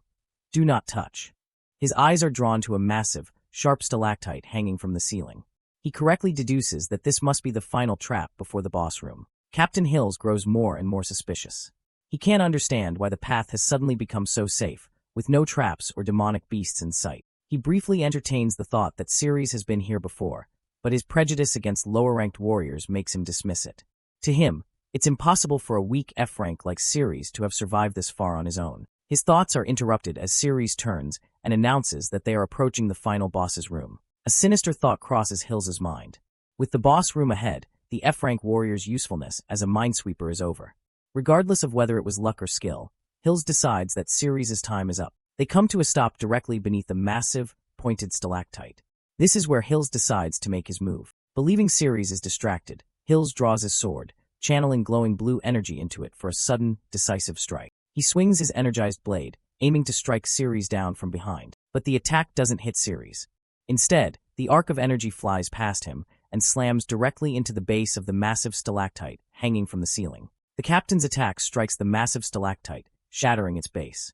As the ceiling begins to fracture and groan, Ceres looks up, his shock turning to horror as he realizes Hills didn't miss. He deliberately sprung the final trap. A wicked grin spreads across Hills' face as the huge rock begins its descent. To him, the plan is perfect. It's only natural for an F-rank warrior to die in a dungeon accident. No one would ever suspect foul play. The boss, a monstrous puppet scorpion, is awakened by the captain's attack. Its massive tail slams down, and Ceres barely manages to dive out of the way. The creature's stinger shoots forward like a spinning projectile, a blur of dark energy. The force of the attack knocks Captain Hills' sword from his hand, and he catches it with a look of pure shock. Before he can recover, the scorpion's massive tail whips around and slaps Hills with tremendous force, sending him flying across the cavern as his squad members cry out his name. The newly awakened boss continues its rampage, slamming into the ground and sending the terrified squad members scattering. The monster's onslaught triggers a chain reaction, and the entire cavern begins to collapse. As massive boulders fall from the ceiling, Ceres realizes with horror that the whole chamber is coming down. Ceres desperately scrambles for cover as the cave-in intensifies, trapping him amidst the falling debris. Captain Hills, having survived the initial blow, picks himself up from the rubble.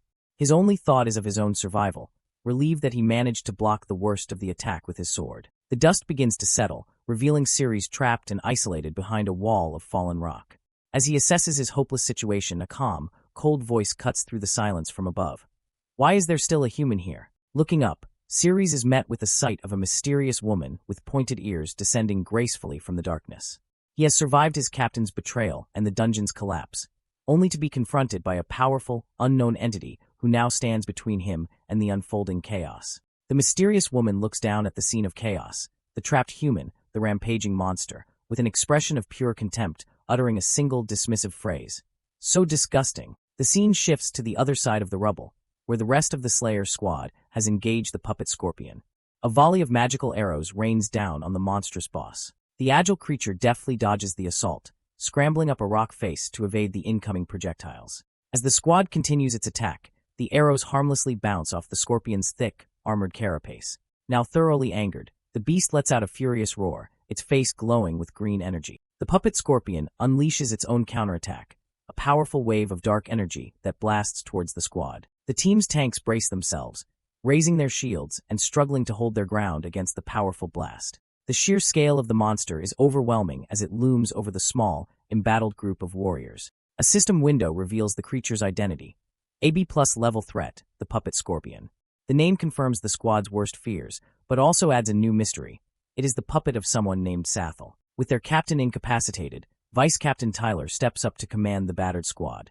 He shouts for the tanks to form a line, their large shields the only hope of stopping the monster's rampage. Following Tyler's command, the shield bearers slam their massive tower shields into the ground, forming a solid defensive wall against the monster's advance. The tanks brace for impact, digging in their heels as they prepare to receive the full force of the B+ rank boss. With the front line holding the beast's attention, Tyler orders the archers in the rear to open fire. The squad's archers draw their bows in unison, unleashing a volley of magical, glowing arrows at the monster. But the attack is useless. Tyler watches in horror as the puppet scorpion's powerful aura alone deflects every single arrow. The beast stands completely unscathed, proving that the squad's conventional attacks are having no effect whatsoever. Having recovered from his fall, Captain Hills tries to rally the demoralized soldiers, shouting at them to attack together and not be afraid of a single beast. Meanwhile, on the other side of the rockfall, Ceres hears a rustling sound in the darkness ahead, wondering if he's about to face another monster alone. His question is answered by a flash of light from the darkness, as a sharp projectile is launched directly at him at incredible speed. Ceres dodges back, but not fast enough. The projectile, the scorpion's stinger, misses his body but slams into the ground, its sharp point piercing his cloak and pinning him against the wall of rubble. Pinned against the wall of rubble, Ceres examines the sharp appendage that has him trapped. The rock behind him cracks under the immense pressure, yet his focus is purely analytical as he tries to understand the nature of the beast, wondering aloud, is this the tail? Continuing his lone advance through the dungeon, Ceres is suddenly ambushed.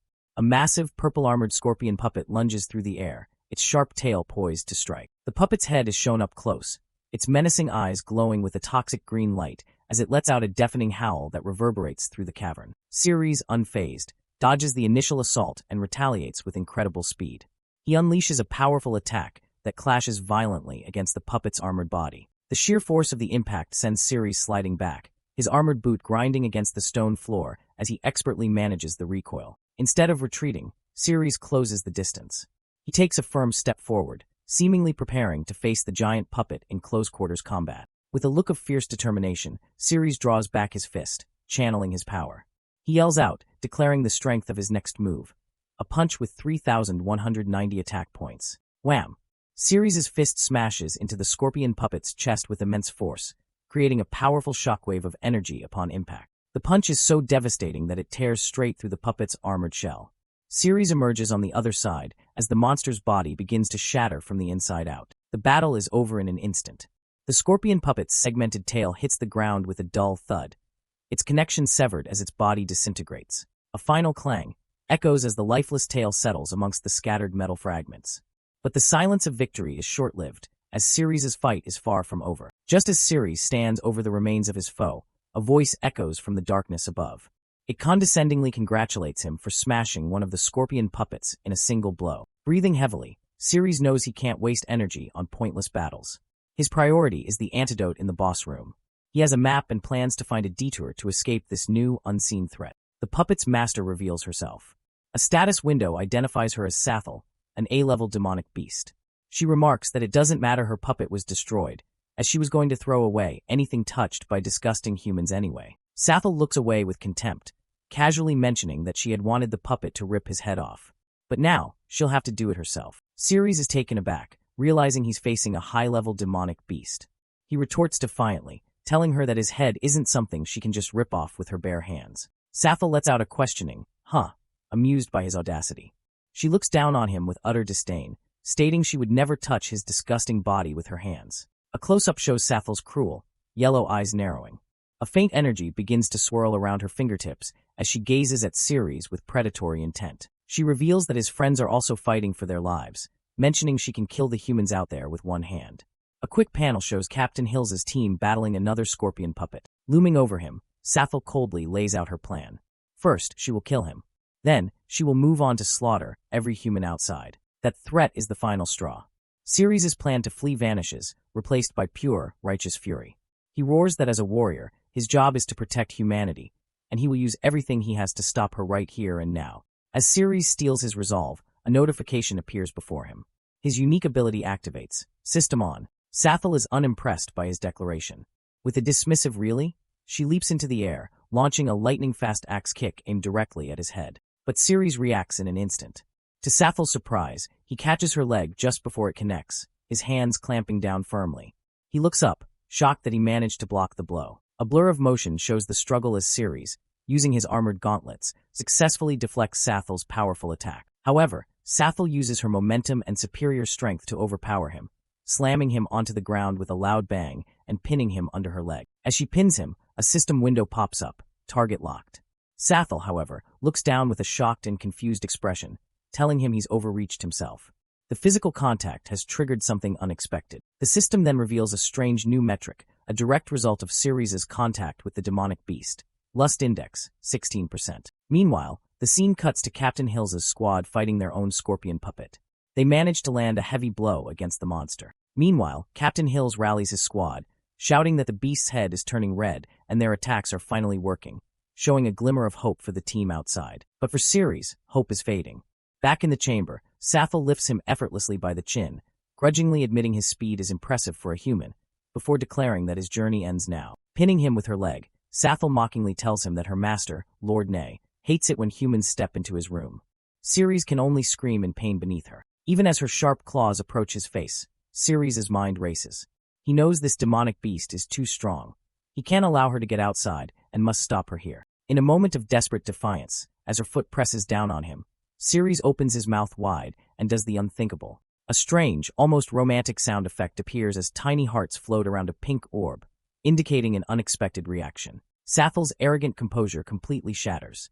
Blushing furiously, she screams in disgust, outraged at what Ceres just did to her feet. Her intense emotional reaction is immediately converted into power for Ceres. A system window confirms his reward, agility plus 220. Meanwhile, the other party isn't faring so well. The second scorpion puppet slams a member of Captain Hill's team against the cavern wall. Bizarrely, despite its violent attack, the scorpion puppet seems to be blushing and purring, its eyes glowing green as green drool drips from its mouth. Meanwhile, the sudden silence from Ceres' direction doesn't go unnoticed. His comrade, Bella, looks back with growing concern, realizing the fighting has stopped. Her eyes fall upon a pile of collapsed rocks, and she immediately fears the worst, that Ceres was caught in the crossfire and is now trapped. Her expression hardens as she makes a swift decision.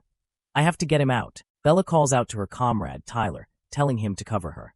She's going to get Ceres out of the rubble. Ignoring Tyler's pleas for her to wait, Bella rushes headfirst toward the rockfall where she believes Ceres is trapped. As she runs, she calls out to the pile of rocks, telling the supposedly buried Ceres that she's here and he's going to be fine. The scorpion puppet is quick to react, abandoning its fight with the others to intercept the charging Bella. But before the puppet can reach her, Captain Hills intervenes, protecting Bella with a powerful descending slash of his own. Hills unleashes another skill, a blindingly fast circular slash that arcs through the air with brilliant blue light. His powerful attack connects with the puppet's armor, but it only produces a loud clank, failing to cut through its tough exterior. Hills digs his blade in, the puppet's armor crackling under the immense pressure.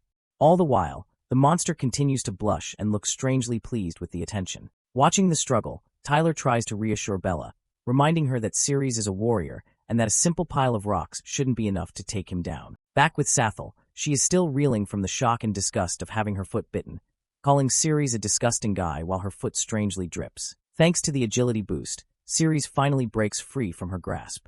He coughs and gasps for air. A new system window confirming his agility has been boosted by another 340 points. Sappho, still blushing but now enraged, glares at him.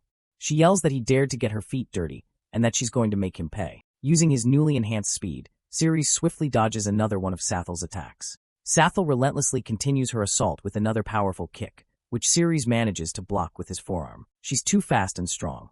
She grabs his face with her sharp-clawed foot, another humiliating pin. But as she holds him, Sathel is taken aback by an unexpected sensation.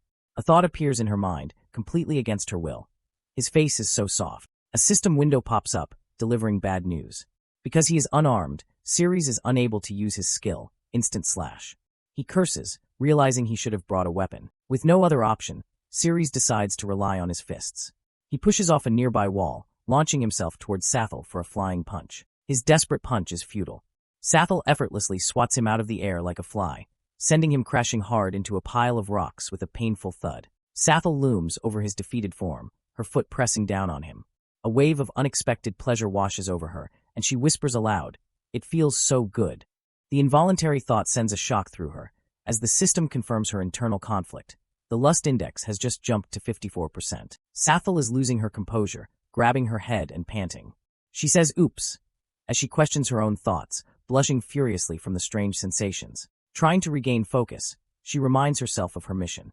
She has to kill this guy now, worried about the consequences if the humans outside were to get into Lord Ney's room. She grabs the fallen scorpion tail, which is still connected to her by a thread of blue energy, preparing to use it as a weapon. With a powerful swing, she hurls the massive scorpion claw at Ceres, which crashes into the ground beside him with a heavy thud. Ceres braces himself, his expression serious and focused. He knows a big attack is coming, but this time is different. With a burst of speed, Ceres easily dodges the attack. He realizes the agility he's gained from her is now enough to evade her moves. Now on the offensive, Ceres concentrates magical energy into his hand, causing it to buzz and glow with a powerful blue aura. He slams his energized hand directly onto the scorpion claw weapon, creating a powerful explosion of blue light. Sathel unleashes another high kick with incredible speed.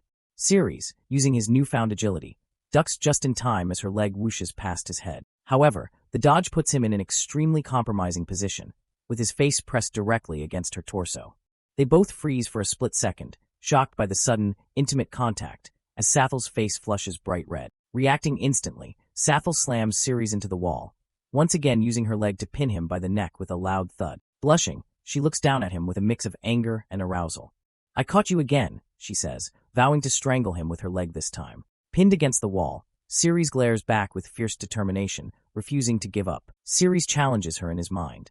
"Try my grip now," he thinks, as his armored hand shoots out to grab her leg. The moment his hand makes contact, Sathel cries out, her face a mask of shock and pleasure. The sensation sends her reeling backward, her body arching as she cracks the wall behind her. Ceres' touch has a new effect, a system window revealing he just lowered her defense by 130 points. Humiliated and enraged, Sathel recovers and viciously stomps her foot down on Ceres' face, pinning him to the floor. She furiously screams at him not to touch her leg with his disgusting hands. In her rage, she loses concentration, and the scorpion tail weapon she was wielding with magic threads falls uselessly to the side. On the ground, Ceres finds that his hands have pinned down the magical threads that controlled Sathel's weapon. He lies on the ground, stunned. He realizes the scorpion tail broke because he managed to sever the connection. Yet, he is still in awe of her strength, admitting to himself that he couldn't fully hide from her attack. Having disarmed him, Sathel looms over Ceres' prone body. She lifts her foot high, declaring her intention to crush his head right now. She steps hard on his head, but her humiliating attack only serves to make him stronger. System windows pop up, showing he has gained 50 endurance, 71 perception, and 93 magic. Sathel herself is confused by the experience. So weird, she thinks, blushing as she wonders why stepping on him like this gives her so much pleasure. She even contemplates stepping on his whole body to see how it feels. Her internal conflict and strange feelings of pleasure cause the lust index to climb even higher, now reaching 66%. She tries to justify her feelings by reaffirming her hatred for humans, declaring they only deserve to be trampled on as she retakes control of her weapon's magical threads. Meanwhile, her distraction has an effect on the other battle. The scorpion puppet begins to wiggle and lose its footing, much to Tyler's confusion. Captain Hills sees the opening and shouts for his team to press the attack. He declares that the beast is losing its balance and that they're winning. Back with Ceres, Sathel stomps on him again, inadvertently granting him another power-up, attack plus 240. Sathel is completely lost in the ecstasy, a look of pure bliss on her face. What a wonderful feeling, she thinks. Her pleasure peaks, and as the lust index skyrockets to 89%, her power surges along with it. Fueled by this new wave of power, Sathel reasserts control over her weapon. The scorpion tail immediately whips through the air, flying directly at Bella. A teammate sees the incoming danger and screams a desperate warning. "Bella, watch out! The scorpion's tail is coming." The massive scorpion tail whips through the air, flying right over Bella's head as she looks up in terror. It slams into the ground just behind her, the force of the impact sending shockwaves through the cavern. Watching from a distance, Tyler screams Bella's name in horror, thinking she was hit. Bella collapses to the ground from the shock, but she is unharmed. Captain Hills stands over her, turning to face the new threat. The scene cuts abruptly back to Ceres, who is blushing and screaming in a panic. "Wait a minute. Not there." Sathel, in her crazed state, is pressing her foot down on a very sensitive area, causing Ceres to protest. Back with the others, the scorpion tail, having missed Bella, now turns its attention to Captain Hills. He realizes it's coming for him next. Hills stands his ground, blocking the massive tail with his sword. The impact is tremendous, creating a huge shockwave that cracks the ground around him. The tail's immense power leaves Captain Hills stunned, his own armor cracking from the blow. Fixated on the weapon now stuck fast in the rock, he's shocked by its strength, realizing this is no ordinary elite monster. The source of this chaos, however, is Sathel, who is completely oblivious. She is lost in a world of pleasure, thinking, "It feels so soft. Amazing."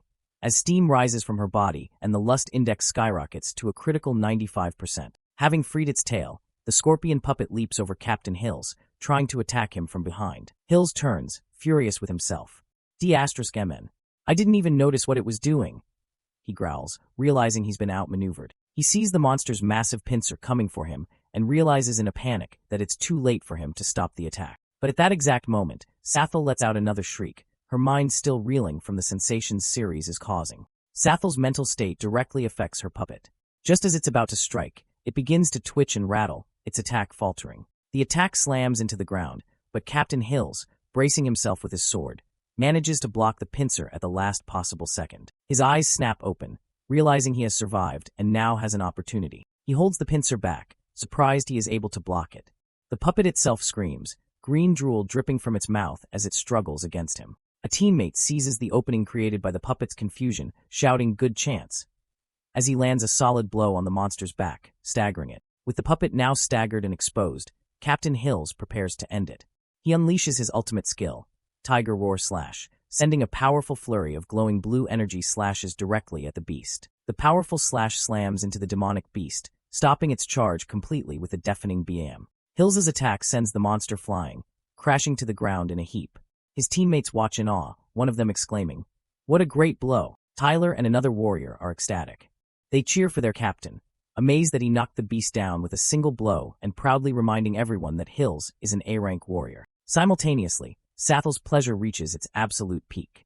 She lets out a final, ecstatic cry as the lust index climbs to a critical 98%. On the other side of the cavern, the scorpion puppet howls in pain on the ground, green drool dripping from its mouth. The warriors are completely won over, their faith in their captain absolute. They believe that as long as Captain Hills is around, they have nothing to fear from any demonic beast. Captain Hills, however, is smugly thinking to himself.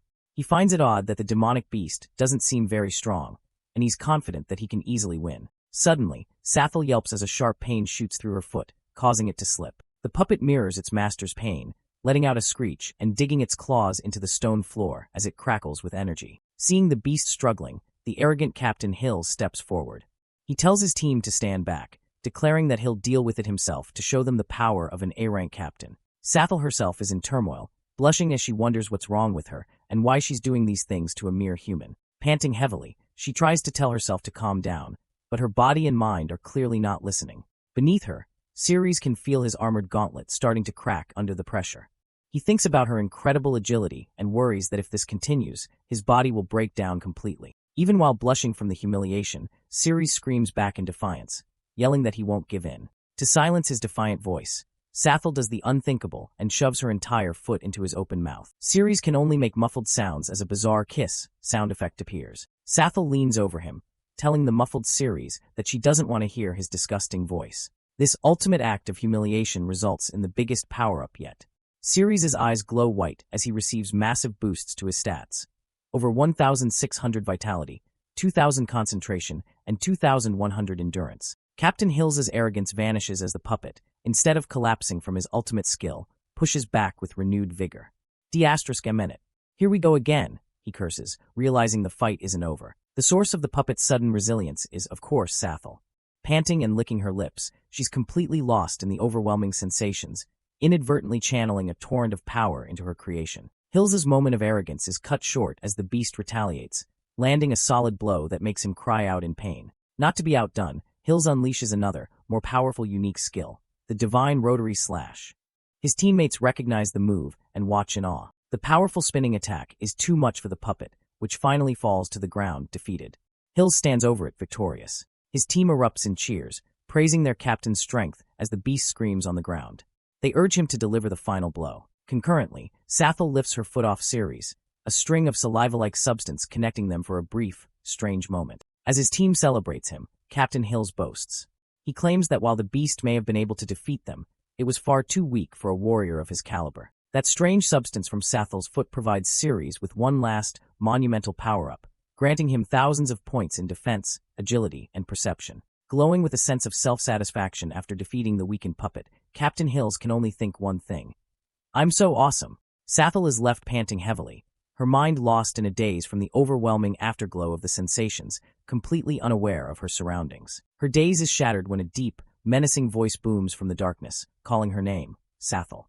The voice echoes, demanding to know why it is so noisy outside. Sathel freezes, her look of pleasure instantly twisting into a mask of pure terror. A close-up on Sathel's eye shows pure terror. Her master, Lord Nay, has awakened. Snapping out of her daze, she immediately jumps off of Ceres, leaving him on the ground. She lands with a bang, putting distance between herself and the human she was just toying with. Panting, she panics. I'm screwed, she thinks, realizing she got lost in the moment and forgot Lord Nay's orders. She resolves to kill the humans quickly. Her expression hardens. Her long nails crackle with energy as she recommits to her mission, determined to make up for her lapse in duty. But it's too late. A final system window appears. Attack plus 10,000. Sathel looks up to see Ceres, now standing on a cliff edge, enveloped in a swirling red aura of immense power. The tables have turned completely as he looks down on her and calmly asks, "Shall we fight on?" The purple-haired demoness, Sathel, trembles in fear. The man before her feels completely different now, exuding a creepy, oppressive aura that reminds her of the powerful Lord Nay. Staring in disbelief, a single thought consumes her mind. She has to fight this overwhelmingly powerful being? The prospect fills her with dread. The source of her terror is revealed. Ceres, the protagonist, is now just a dark silhouette engulfed in a sinister red aura, his eyes glowing with menace.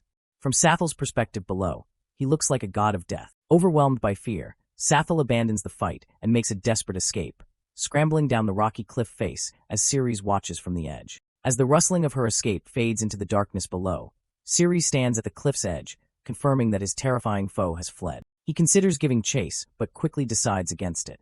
He has already used too much energy. His true target is the blood of the immortal demon in the boss room, and he can't afford to waste any more power. Meanwhile, the scene shifts. As a squad of knights cheer for their invincible captain from a clifftop, a lone female warrior with blonde hair plummets downwards. But she's not falling helplessly. With a powerful thud, she slams her armored boot into the cliff wall, expertly breaking her fall. Having landed safely, the blonde warrior is immediately met by a concerned comrade. "Ceres, are you okay?" he asks, revealing her name. Recognizing her trusted ally, she exclaims, "Bella." Bella helps Ceres up, his worry evident as he fusses over her and suggests calling the medical team. Brushing off the dust, Ceres calmly reassures her anxious friend that she's really fine. While Bella and Ceres have a quiet moment, their captain, Hills, watches from a distance. As Bella expresses his concern, Hills silently clenches his gauntlet in a fit of jealousy. Putting on a show for his subordinates, the arrogant Captain Hills rallies his men. He boasts that he will defeat the boss single-handedly, much to the admiration of his naive followers. But his inner thoughts reveal a cowardly and deceitful plan. Hills knows this is not a C-rank dungeon, but a much easier D-rank. He plans to solo the weak boss, then lie to the guild to claim a larger reward and a fraudulent reputation, all for a quick promotion. Meanwhile, the demoness Sathel kneels before her master. She frantically reports that a powerful human, who was weak just moments ago, used a strange method to suddenly enhance his power. As Sathel urges him to be careful, the imposing figure of Lord Nay emerges from the shadows, rustling as he takes his seat upon his throne. From the darkness of his hood, the dungeon boss looks down and speaks his subordinate's name with cold, menacing authority. Sathel. Lord Nay commands her to look up. As she meets his gaze, he asks a simple, terrifying question. "What order did I give you?" Sweat drips down her face as she trembles and recounts her failed mission. To watch the door and not let any creatures into your room. Lord Nay's piercing reptilian eye stares daggers at her. Then what are you doing here? He snarls. The question hangs in the air, a death sentence. Sathel is frozen, speechless with terror, unable to answer for her failure. Seeing the blinding light of an impending attack, Sathel cries out a desperate, last-ditch plea to her unforgiving master, her words trailing off as his punishment is unleashed. Her plea is ignored. A searing yellow beam of energy shoots from Lord Nay, striking her directly in the chest. The beam erupts in a massive explosion, engulfing Sathel in a torrent of destructive power. As the smoke clears, the imposing figure of the dungeon boss, Nay, stands revealed. I don't want to hear your excuse, he says, his voice devoid of any mercy. Sathel's battered body slams into the hard stone floor, the impact echoing through the throne room. With a mere flick of his wrist, Lord Nay telekinetically lifts his defeated servant from the ground. He effortlessly flings her through the air, sending her hurtling towards a pile of corpses in the corner of the room. She lands with a sickening bang atop the pile of fallen monsters, her body limp and broken. As green fluid drips from her mouth, a horrifying realization dawns on her. Lord Nay intends to use her as fuel for his ritual. I don't want to die here, she thinks in despair. Ignoring the body of his servant, Lord Nay turns his attention back to his grand ritual. Now revealed in his true multi-armed form, he stands before a massive cauldron, watching the bubbling green liquid inside as it nears its final stage. He then reveals the horrific cost of this potion, boasting that he has used thousands of humans and demonic beasts, their very souls blazing like embers to fuel his dark creation. He looks down at his creation. The blood of a mortal demon, he thinks with satisfaction as it bubbles furiously, is finally beginning to boil. But just as his ritual reaches its climax, the massive throne room doors are kicked open with a deafening bang. Lord Nay slowly turns from his altar, his ceremony interrupted. He silently observes the intruders who have just barged into his sanctum. His face contorts with rage. Who are you? He snarls, his voice echoing in the chamber. How dare you enter my room? It is Captain Hills and his party. With a smug grin, the captain declares, I'm a warrior who can strike fear into your heart. Behind him, the rest of the team, including both the male and female series, look on. As a notification confirms that the blood of a mortal demon can eliminate toxins, Lord Nay studies the intruders, wondering if one of them is the powerful human that his subordinate Sathel had warned him about. The male protagonist, Ceres, stares at the glowing green cauldron, a look of stunned realization on his face. He thinks to himself, that's what's going to cure me? Assuming command, Captain Hills turns to his squad. Everybody listen up, he barks. No one makes a move without my order. Stepping forward, Captain Hills points his sword at the boss in a dramatic pose. I will kill the boss of the C-rank dungeon alone, he proclaims, readying his charge. Let the demonic beast know what humans are capable of. His loyal subordinates erupt in cheers, shouting for him to kill it. But while the captain soaks in the glory, the male Ceres pays him no mind. His eyes are locked on the prize behind the boss, his one and only goal in this dungeon. On that table, he thinks with quiet intensity, is the blood of a mortal demon. As the intruders approach, a massive, intricate magic circle buzzes to life, forming a protective barrier around Lord Nay and his precious cauldron. Undeterred, the arrogant Captain Hills charges forward, his ego inflated by the cries of his men yelling, Go, Captain! Kill it! As Hills leaps into the air for his attack, Lord Nay remains perfectly still, simply raising one of his massive hands to casually intercept him. Feel the fear. Hills screams, bringing his sword down in what he believes will be a decisive slash. But the attack is stopped dead. Lord Nay effortlessly blocks the full force of the captain's A-rank sword with the tip of a single finger. A low rumble begins as Nay channels a fraction of his power into his fingertip, causing the captain's blade to glow ominously. The energy erupts. In a flash of light, Captain Hills's prized A-rank armor is blown to pieces, shattering from the force of Nay's casual counter. With a simple flick, Nay sends the captain flying backward, swatting him away like a fly. His subordinates can only watch in stunned silence, their cheers turning to cries of horror. They scream his name, Captain, as their invincible leader is defeated in a single blow. Hills slams into the far wall with a tremendous bang, his prized A-rank armor completely disintegrated. The impact reveals the secret, dark scale-like S-rank armor he wore underneath, the only reason he's still alive. His confidence is shattered as completely as his outer plating. With a final thud, Captain Hills lands in a heap at the feet of his subordinates, who rush to his side crying his name. Lord Nay looks on in utter contempt.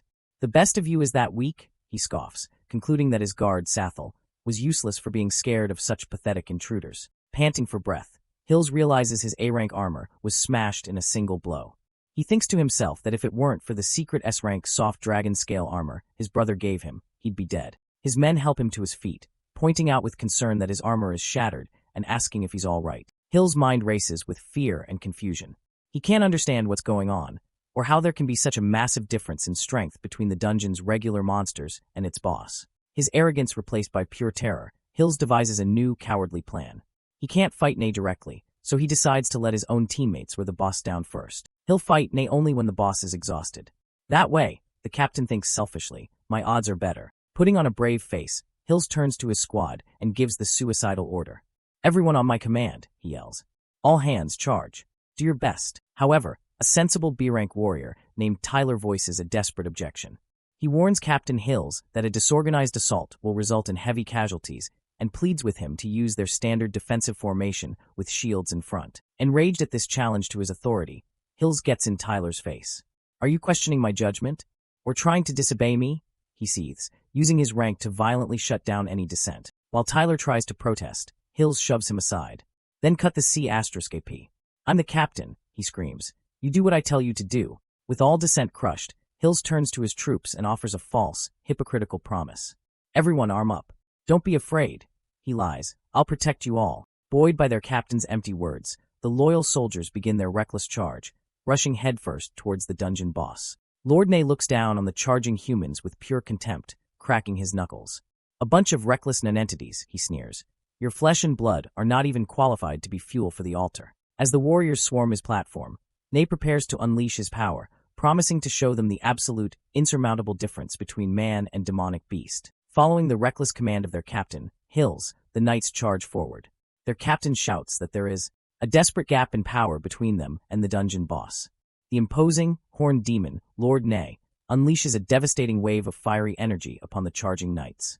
The warriors are violently thrown into the air by the force of the blast, their bodies engulfed in the inferno as they cry out in agony. The intense flare consumes everything in its path, incinerating the knights in an instant, leaving only silhouettes against the blinding light. From the heart of the explosion, the dungeon boss Lord Nay emerges, a terrifying figure with multiple arms and a cruel, demonic visage, orchestrating the massacre with contemptuous ease. The heat is so immense that the very ground begins to sizzle and melt, turning the battlefield into a molten wasteland. Captain Hills watches in disbelief as his own sword begins to melt from the sheer intensity of Lord Nay's power. Lord Nay lands gracefully amidst the scorched earth, the sound of his bare feet echoing in the now silent chamber. Looming over the carnage, Lord Nay's voice drips with contempt as he mockingly asks the terrified survivors if this is the fear they so desperately wanted to feel. The taunt shatters what little composure Captain Hills has left.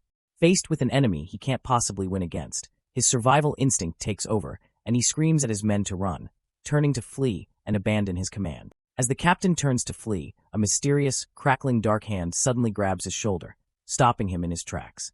The warrior Tyler looks on, speechless. Consumed by fear, Captain Hills ignores the hand on his shoulder and continues to scream, ordering any survivors to fall back and retreat immediately. Hearing his captain's cowardly order after sending so many to their deaths, Tyler's shock turns to rage as he screams, "What an arrogant fool!" The grip tightens as Ceres' hand firmly grabs the captain's wrist, preventing his escape. Struggling against the iron grip, Captain Hills is confronted by Ceres, who reminds him of his empty promise.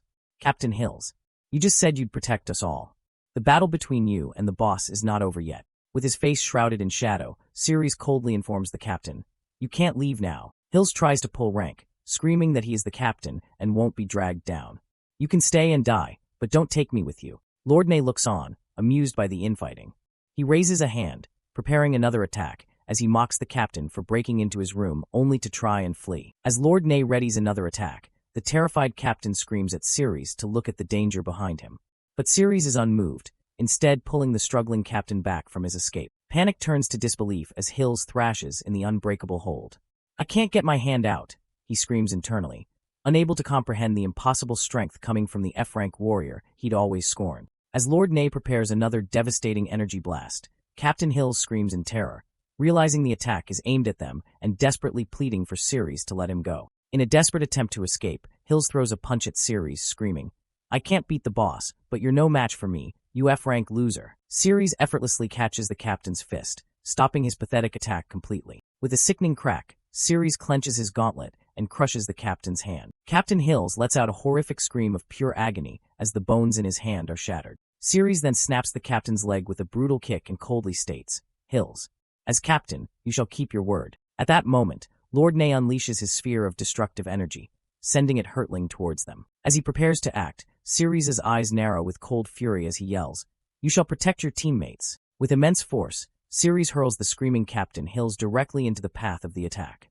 "You shall block the attack so your team can retreat," he roars, forcing the captain to become the human shield he had tried to make of his own men. For a fleeting moment, time seems to slow. Faced with his own demise, the cowardly captain can only watch in horror as the deadly energy blast closes in, sealing his fate. The energy blast makes contact, resulting in a massive explosion that sends the remaining warriors reeling from the shockwave. Captain Hills is killed instantly, his armor cracking and his body obliterated by the very attack he tried to run from. His lifeless body is sent tumbling through the air, a final, grim punctuation to his cowardice. The remaining warriors can only watch in shock as the body of their former captain hits the ground with a heavy thud. With the traitor gone, Ceres, his eyes glowing red and emanating a powerful blue aura, declares, "Now it's my turn." Inspired by his resolve, the warrior Bella declares she is staying to fight. By her side, Tyler agrees, adding that he will stay to deal with the demonic beast too. Bella clarifies to Tyler that she's staying specifically for Ceres, showing her newfound faith in him. Tyler quietly responds, "I know." Tyler finds his own courage, declaring that as the best B-rank warrior, he's here to destroy demonic beasts, not run away. He concludes, "I'm tired of taking orders from idiots." Their defiance enrages Lord Ne. "After seeing my power, you still won't run away?" he seethes, taking their courage as a grave insult. "Are you looking down on me?" Ignoring the demon's fury, Ceres makes his move. He activates his instant slash skill, lunging forward with his blade aimed at Lord Ne in a lightning-fast attack designed to create an opening and bypass him. But Lord Ne is faster, blocking the blade with his bare hand, the metal screeching against his demonic skin. Ceres immediately withdraws, leaping back as Lord Ne tries to retaliate with his multiple arms. Though the attack was blocked, a piece of Ne's robe is torn away.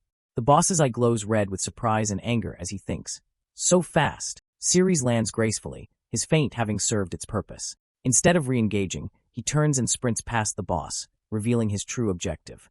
The blood of a mortal demon. "My antidote. I'm coming." Lord Ne watches him go, completely bewildered. What? Why is he running to the altar? The boss quickly pieces it together, a look of dawning horror on his face, as he realizes Ceres' true goal isn't to fight, but to steal the precious liquid. Ceres sprints across the throne room floor, his eyes locked on the glowing altar in the distance. He's so close. Just as the enraged Lord Ne is about to give chase, Bella and Tyler intercept him, attacking from both sides to buy Ceres time. "Stay away from my altar." Ne screams. Tyler, his eyes glowing with power, finds an opening in the boss's defense and brings his sword down, seeing a good chance to land a critical blow. However, Lord Ne moves with impossible speed, his hand blurring as he prepares to counter. He effortlessly blocks both of their attacks at once, catching their blades in his bare hands. Ignoring them, Ne turns his attention back to the fleeing protagonist. "This guy's really fast," he muses, charging an energy blast. Like a cockroach. Seeing the boss preparing to fire at Ceres, Bella screams with fierce determination, "You're not going to hurt Ceres." She rushes forward again, desperate to intercept Lord Ne and protect Ceres from the incoming attack. Lord Ne pivots his foot with a rustle of his robes, easily positioning himself to deal with the reckless charge. He contemptuously swats Bella aside with his tail, surprised at how little effort it took to make her fall. With his pursuers dealt with, Ne unleashes a rapid-fire barrage of energy blasts aimed at the distant Ceres. Explosions erupt at Ceres' heels, but he pushes through, jumping and dodging as he closes the final distance to the altar. He leaps through the air, his body glowing with power as he reaches for his prize. Victory is just an arm's length away. Below, the blood of a mortal demon bubbles in its cauldron. "My antidote," he thinks. "I'm here." But just as he gets within reach, a massive, unforeseen magic circle erupts around the altar, buzzing with immense power. Ceres looks on in shock and disbelief, realizing at the last second that his prize is protected. His gauntlet fingers make contact with the shimmering, invisible wall of the magic circle. The moment he touches it, the barrier violently rejects him, unleashing a powerful wave of magical energy. Ceres is thrown backwards, his body sent tumbling through the air, his desperate attempt thwarted. Lord Ne stands victoriously, now holding his defeated opponent's swords. He explains with a mocking tone, "I drew the magic circle myself. As long as I'm alive, no creature can get in." Landing hard on the cracked floor, Ceres looks up with grim realization. Sure enough, he thinks, I can't just go and drink the blood of a mortal demon to detoxify myself. Panting, he stares back at the dungeon boss, his path forward now brutally clear. There is only one way to get his antidote. I have to beat the boss. Continuing from the last chapter, Ceres hides behind a tree. He hears a rustling sound and peeks out, sensing that something is happening in the clearing ahead. The powerful demon, Lord Nay, effortlessly attacks his comrades. "Piss off," she yells, swatting away the warrior Tyler and the knight Bella, declaring that they are completely out of their depth. With two heavy thuds, both Bella and Tyler are slammed to the ground, defeated and unable to fight back against Lord Nay's immense power. From his hiding spot, Ceres' eyes widen in shock as he recognizes the overwhelming power of the demonic beast that had previously escaped. As Ceres contemplates the scene, he finds the demoness Sathel, trembling in fear. She begs him to be quiet, so Lord Nay won't find her. Ceres is shocked, wondering how she ended up in such a terrified and weakened state. Lord Nay steps towards the fallen heroes, announcing that her ritual must be done in peace. She coldly states her intention to kill the stinkers and then proceed to their city. A close-up on Lord Nay's face reveals her seething rage. She finishes her thought, declaring she will attack the city simply to get rid of her anger. The gravity of the situation hits Ceres. Cursing under his breath, he turns, realizing with dread that his comrade Bella is in mortal danger. Deciding to act, Ceres rummages through a pocket in his armor. He needs to help Sathel first before he can save his friends. He takes out an item and places it on the ground in front of the terrified demoness, telling her to take it. From her hiding spot, Sathel stares in disbelief at the object Ceres has placed before her. It's a rare and valuable restorative mustard mushroom. Without waiting for a response, Ceres has already turned and is rushing back towards the battle, yelling out his comrade's name. "Bella, I'm coming." After a moment of hesitation, Sathel's hand reaches out and picks up the mushroom Ceres left for her. With her sharp demon fangs, she bites into the mushroom without a second thought. As she chews, tears of gratitude and relief stream down her face. A system window appears, notifying Ceres that his act of kindness has increased the demonic beast Sathel's favoritism towards him. Simultaneously, a powerful surge of energy whooshes across the battlefield. The system announces that Ceres' actions have met the requirements, and weapon options are now unlocked for him. As the sound of swooshing fills the air, a system interface materializes around a bewildered Ceres, presenting him with a series of mysterious, glowing cards. A notification box appears, offering to explain the rules for selecting a weapon. Meanwhile, the situation is dire for his comrades. Tyler throws himself in front of Bella to block Lord Nay's incoming attack, yelling for her to run. As the blow lands, he grits his teeth in pain, realizing his leg bone has cracked again, and tells her to save herself. Seeing his friends on the brink of death, Ceres glares at the system interface with fury and desperation. "Just skip it," he roars. "I have to save them now. I don't have time for this crap." The system complies, skipping the weapon rules and immediately prompting him to draw a card. With a sharp snap, Ceres doesn't hesitate for a second, thrusting his hand forward to claim his new power. A buzzing sound fills the air as the card in Ceres' hand begins to vibrate with immense energy. With a whoosh, the card transforms into a magnificent golden sword, glowing with a powerful red aura. Ceres immediately readies himself for battle. A system window dings, officially announcing the weapon's identity. Ceres has obtained the clothless sword. With a snap, Ceres plants his feet firmly on the ground, preparing to unleash the power of his newly acquired weapon. Filled with newfound power, Ceres leaps towards Lord Nay, his eyes glowing as he brings the sword down, shouting, "Try my new weapon." With an intense focus and a cry of "Take this," Ceres swings the glowing blade down with all his might. But with a loud bam, Lord Nay effortlessly catches the blade with her bare hand, her sharp claws gripping it tightly, completely halting his attack. Holding the sword in place, she looks at him with a smirk and tells him to move away from his comrades, revealing that they were just bait for her real target. As she lifts him and his sword with ease, Lord Nay reveals her true motive. His comrades were never the goal. Her target has always been Ceres himself, the extremely fast cockroach-like human who had been evading her. She closes the distance between them, her clawed hand reaching for him as she prepares to strike. "At such a close distance," she taunts, "I'll see how you can possibly dodge." But Ceres pushes back with a swoosh, his eyes blazing with defiance. "Don't underestimate me," he yells. "I didn't say anything about dodging." As his sword makes contact with her hand, there's a faint ripping sound, though the effect isn't immediately obvious. Lord Nay looks at the tiny scratch on her hand and scoffs. "All you could do was scratch my skin. I didn't even bleed," she lectures. "This is the difference between humans and demonic beasts," she finishes. But as she boasts, a loud bam echoes and her clothes suddenly rip and tear apart, disintegrating off her body. She looks down in confusion, muttering, "What?" as the tattered remnants of her outfit rustle and fall away, leaving her back and body exposed. A moment later, blushing furiously with shock and embarrassment, the mighty Lord Nay screams in disbelief, "Where are my clothes?" Watching from the sidelines, both Bella and Tyler are rendered in a comedic art style, blushing and dumbfounded by the turn of events. Ceres made the boss's clothes disappear? Bella asks in total shock. Ceres himself, blushing but clenching his fist in triumph, thinks to himself how awesome this weapon is. A system window finally appears, explaining the absurd power of the clothless sword. Striking an enemy causes their clothes to disappear, and when they are fully naked, a powerful must-kill skill will be triggered. Completely naked and trying to cover herself, the demon lord is overcome with humiliation and rage. Dirty bastard. Dirty trick, she screams at Ceres. I'm going to kill you. Thanks for watching. Like, subscribe, and turn on the bell for more awesome stories. Continuing the fierce battle, Ceres faces off against the demon Lord Ne, raising his glowing red sword for a powerful downward strike. Lord Ne swiftly avoids the attack, her tail whipping through the air as Ceres' sword slams into the ground, his eyes glowing with red energy. A moment of realization dawns on Ceres. He thinks back on his last attack, noting that when he hit her palm, her upper clothing vanished. He logically concludes that if he hits her legs, her lower clothing will disappear as well. Lord Ne stands there, confused and exposed. A plan begins to form in Ceres' mind. If he can make her mask disappear, it will trigger the must-kill skill, giving him the chance to finally defeat her. Feeling confident, Ceres decides he just needs to get close and spam his instant slash skill. However, a system notification pops up, informing him he only has enough magic for 6 slashes, and the skill has a 10-second cooldown. In a moment of chibi-style frustration, Ceres complains about how useless the skill is. The system asks if he wants to deactivate it, to which he firmly replies, no. Returning to the battle, Ceres decides to use the skill reluctantly. Alerted, Lord Ne watches him as he prepares to unleash his instant slash. Ceres lunges forward in a blur of motion, aiming directly for Lord Ne's lower body. But Lord Ne is too quick. She effortlessly leaps into the air, dodging the red arc of his slash. Ceres grits his teeth in frustration, cursing as he misses his target yet again. Lord Ne lands, completely baffled and increasingly annoyed. She wonders why he keeps trying to hit her leg, and if his goal is simply to strip her of her remaining clothes. Undeterred, Ceres rushes in once more, swinging his sword with fierce determination. Having had enough of his strange attacks, Lord Ne's anger erupts.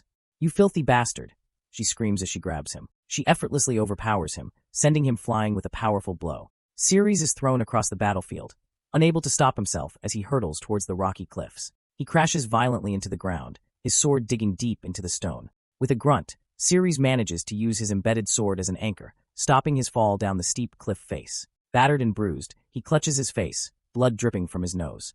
Ouch! It hurts, he groans. My nose is breaking. He looks at his hand, a sudden thought crossing his mind. This pain, as sharp as it is nothing compared to the agony he felt from the toxic attack that felt like it was melting his very body. Filled with new resolve, Ceres pushes through the pain. He knows this is nothing he can't handle. As he prepares for his next move, he begins a countdown.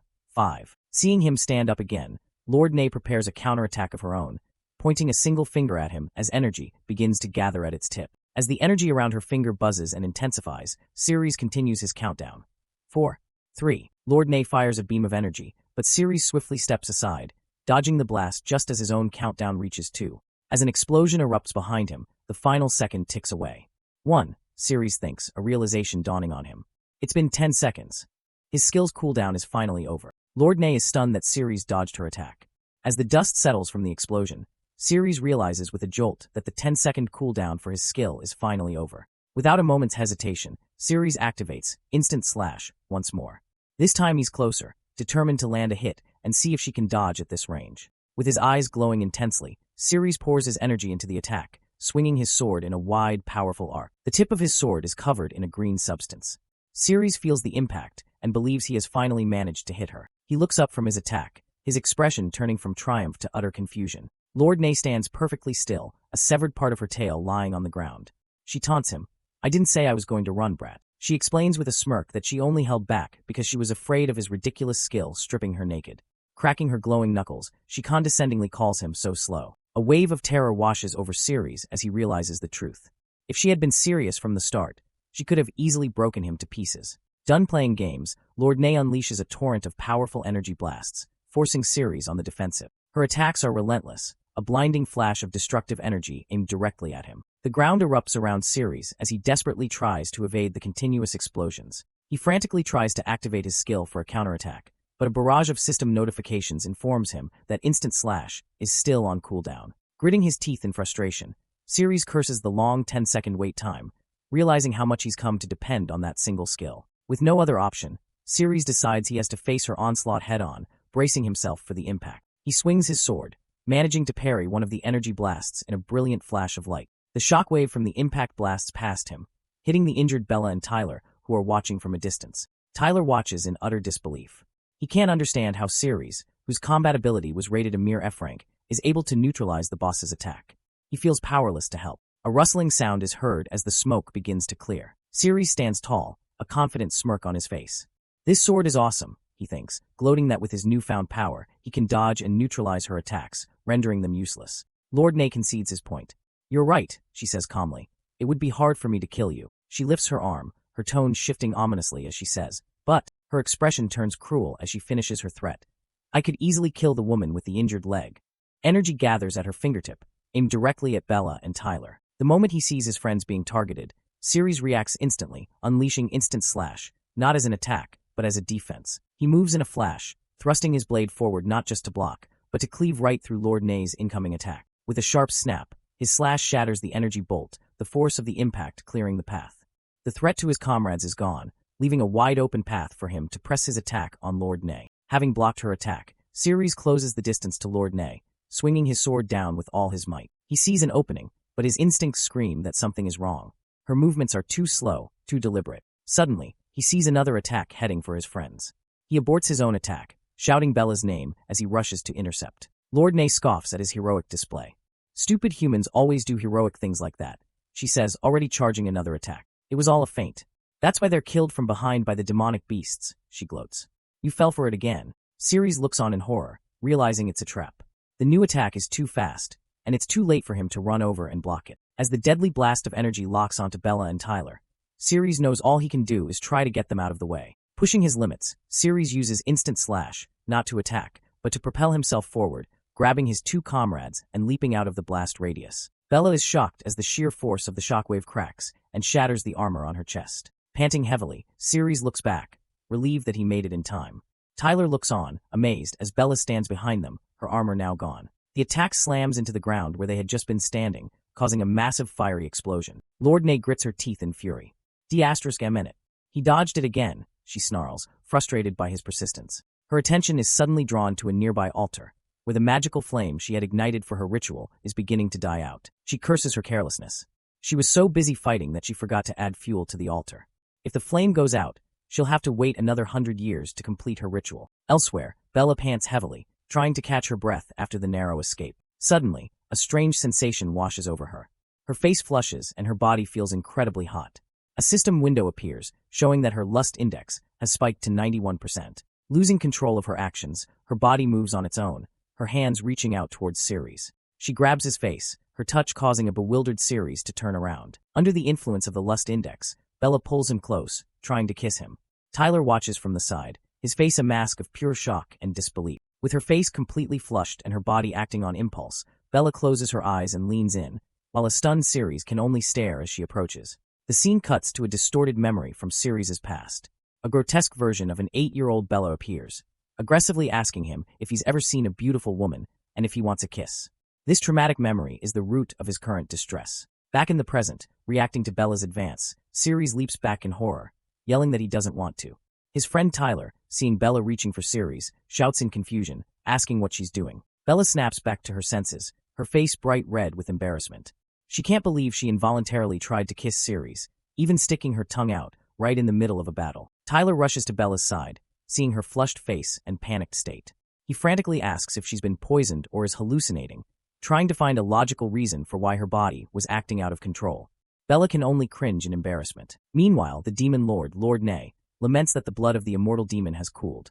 She complains that it will take another 100 years to bring it to a boil again. Refusing to wait that long, Lord Ney turns her attention to the soldiers scattered around the battlefield, seeing them as nothing more than fuel for her ritual. With a wave of her monstrous tail, Lord Ney begins to gather the soldiers, intending to use their life force to power her ritual. She casts them into the green, bubbling pool at the altar. She declares her intent to burn all the blood of the immortal demon dry this time, using the soldiers as kindling. Ceres watches in horror, shocked at her plan to burn the precious blood of the immortal demon completely dry. He knows he has to stop her. He acknowledges that she's incredibly fast, and he could barely land a hit on her before. Determined, Ceres decides he has to power himself up to the point where she can't possibly dodge his attacks. His sword begins to glow with fiery energy. Lord Ney senses his intent. She realizes he's gathering fuel to trigger the must-kill skill of his clothless sword, aiming to heat the altar to its maximum temperature. In a desperate move, Ceres grabs Bella's hand, shouting her name. He tells her that he has a way to defeat the boss, but he needs her to cooperate with him. With a look of fierce determination, Ceres begins to explain his plan, starting with the words, "As long as you and I." Before he can finish, Bella's face flushes with a deep blush, her mind racing as she misunderstands his intentions. Tyler also misinterprets the situation, blushing angrily. He can't believe Ceres would say such a nasty thing with such a righteous look on his face. Ceres continues to hold Bella's hand, pleading with her, saying he knows it's a hard request. As he does, a system window shows her lust index has climbed to 93%. A thud is heard as Tyler grabs Ceres' arm, trying to separate him from Bella. Tyler angrily accuses Ceres of talking nonsense and just trying to take advantage of Bella, calling him a pervert for thinking of such things at a time like this. He turns to Bella, warning her not to believe Ceres' words. However, to Tyler's dismay, Bella looks at Ceres with trust in her eyes, her face still blushing as she says his name and declares, "I believe what you say." Tyler is left utterly speechless, his face a mask of comical shock and disbelief. Bella shyly tells Ceres not to get her wrong, that she is only doing this to defeat the demonic beast, and not because she wants to. She then reaches up to his face. She gently caresses his face. A sweaty and clearly uncomfortable Ceres can only say fine, reluctantly agreeing to her help as the weight of a past memory presses down on him. His discomfort triggers the full traumatic memory. The scene flashes back to his childhood, where a young, brash Bella had him cornered. She declares they're playing house where she's the dad, and pouting, tells a terrified young Ceres that after she kisses him, she will take responsibility for him. The traumatic memory overwhelms Ceres.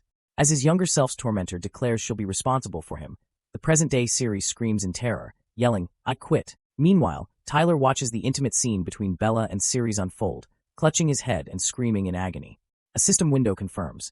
Tyler is devastated. In his memory, the young Ceres pushes the girl's face away, rejecting her aggressive advance. In the present, driven by his past trauma, Ceres shoves Bella away, yelling in protest as his hand lands on her chest. Bella falls to the ground, confused as to why Ceres pushed her away. In the background, Ceres pants with relief, thinking he was almost a goner. Suddenly, a system window pops up, announcing a level up and a massive boost of 5,000 points to all his stats. Ceres is shocked, but relieved that he gained power without having to touch Bella, mistakenly thinking the boost came from Tyler. Feeling empowered, Ceres turns his back on Bella. He tells her not to do anything if she doesn't want to, declaring that he will deal with the boss on his own now. Bella reaches out, calling for him to wait. She anxiously asks what he'll do if he can't beat the boss on his own. With her lust index now at a staggering 99%, Bella strikes a suggestive pose and asks, "Are you sure you don't need my help?" Ceres glances back over his shoulder, his expression cold and determined. He flatly tells her, "I don't need." Without another word, he rushes towards the enemy, leaving a bewildered Bella to wonder why he isn't interested in her. Tyler approaches the dejected Bella. He clenches his fist, admitting that Ceres is better than him and that he understands why she likes him. Still, he says he has to ask her something again. Ignoring the drama behind him, Ceres speeds towards Lord Nay, his sword glowing. He focuses on his goal. He needs to hit her in the head and leg to trigger his must-kill skill. His confidence soars with the new power boost. He thinks about how he almost hit her leg earlier, and now with an extra 5,000 points per stat, he's sure he can win if he can just find a chance to use his instant slash. At the altar, Lord Nay grows frustrated. The connection to her power source is unstable, and the demonic blood isn't heating up. She realizes she needs to gather more fuel at once, or the temperature will drop. Her eyes fall upon Ceres, Bella, and Tyler. A sinister plan forms in her mind. She decides she'll use all three of them as fuel. She lifts her other captured soldiers, their bodies hanging limply. She tells the heroes that they should be honored to be fuel for her ritual. As Ceres closes in, Lord Nay swoops down, declaring that being used as fuel for her ritual is the highest compliment she can pay to a filthy human. Lord Nay begins to gather a massive amount of energy, deciding to use all her strength to kill the humans as quickly as possible. Ceres watches as the energy converges, noting how huge the impending attack is. With a tremendous howl, Lord Nay unleashes a massive beam of destructive energy directly at Ceres. Ceres braces for impact, shouting, "Coming," as he prepares to meet the attack head-on with his own power. His supercharged sword clashes with the Demon Lord's energy beam, creating a massive explosion. Gritting his teeth, Ceres pours his energy into his sword, pushing back against the immense power of Lord Nay's attack. As he holds his ground, a series of system windows appear, showing his magic points are being depleted at a rapid rate, falling from 1704 to 1131 and then to 827. Ceres grits his teeth, cursing as his magic points plummet to a critical low of 127. He's at the absolute limit of his strength. With one final push, he manages to disperse Lord Nay's powerful energy blast, the force of the impact sending shockwaves around him. Lord Ney looks on with a smug, confident smirk, believing her opponent is now completely spent. Ceres stares in shock as 2 system windows confirm his worst fear. He only has 11 magic points left, not enough to activate any skills. Lord Ney suddenly appears behind him, her voice dripping with condescension as she tells him he's run out of magic points and that the battle is over. Just as despair sets in, Ceres feels a gentle touch.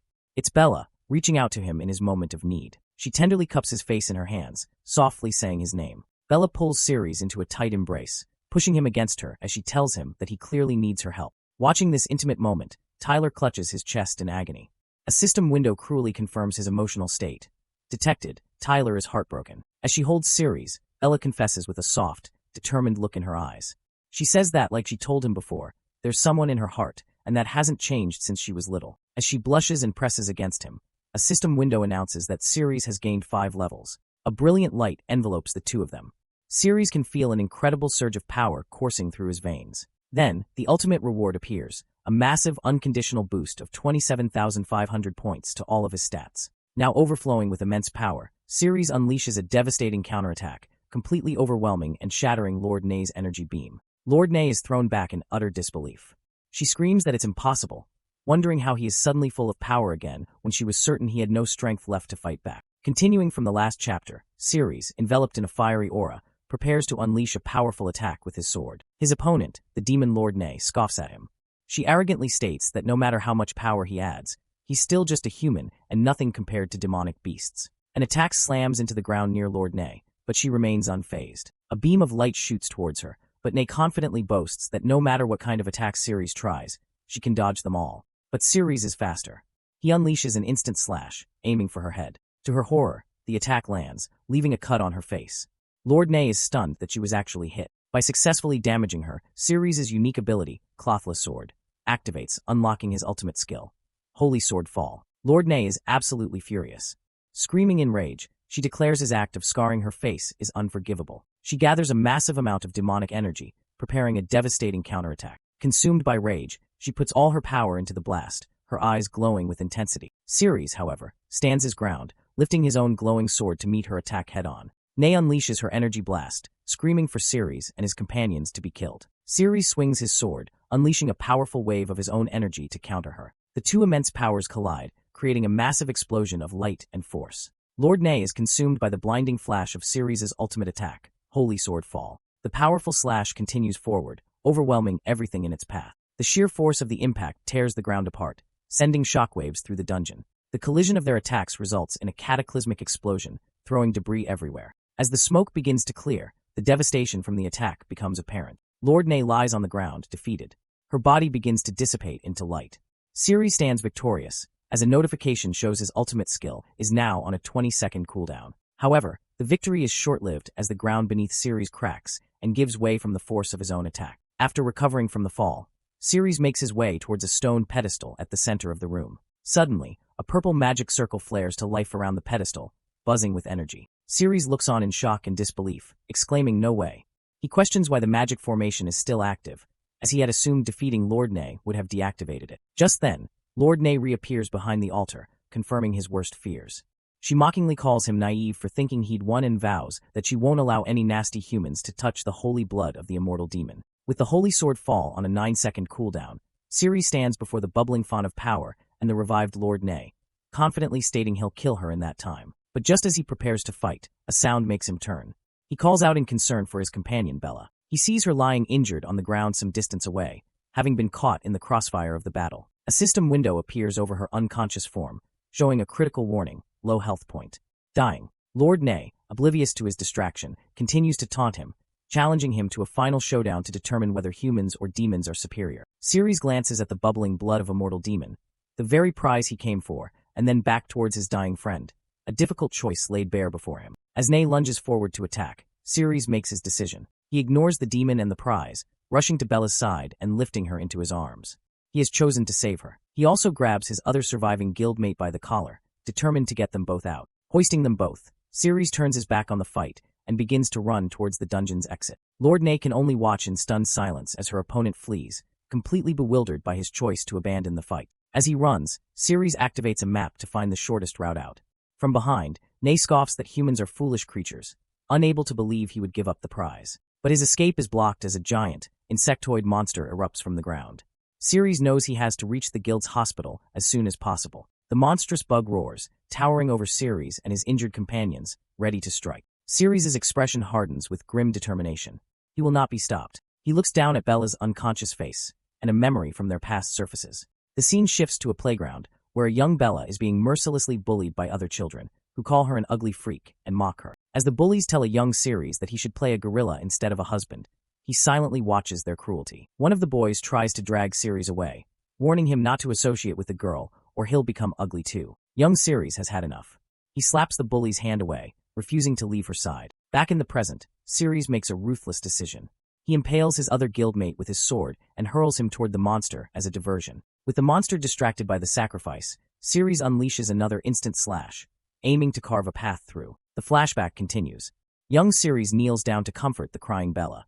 He tells her their game isn't over and that they should play the roles of mom and dad. He gives her a gentle kiss on the forehead, promising that he'll always be there for her, a vow that echoes in his current desperate struggle. Snapping back to the present, his instant slash strikes the giant insect monster with incredible force.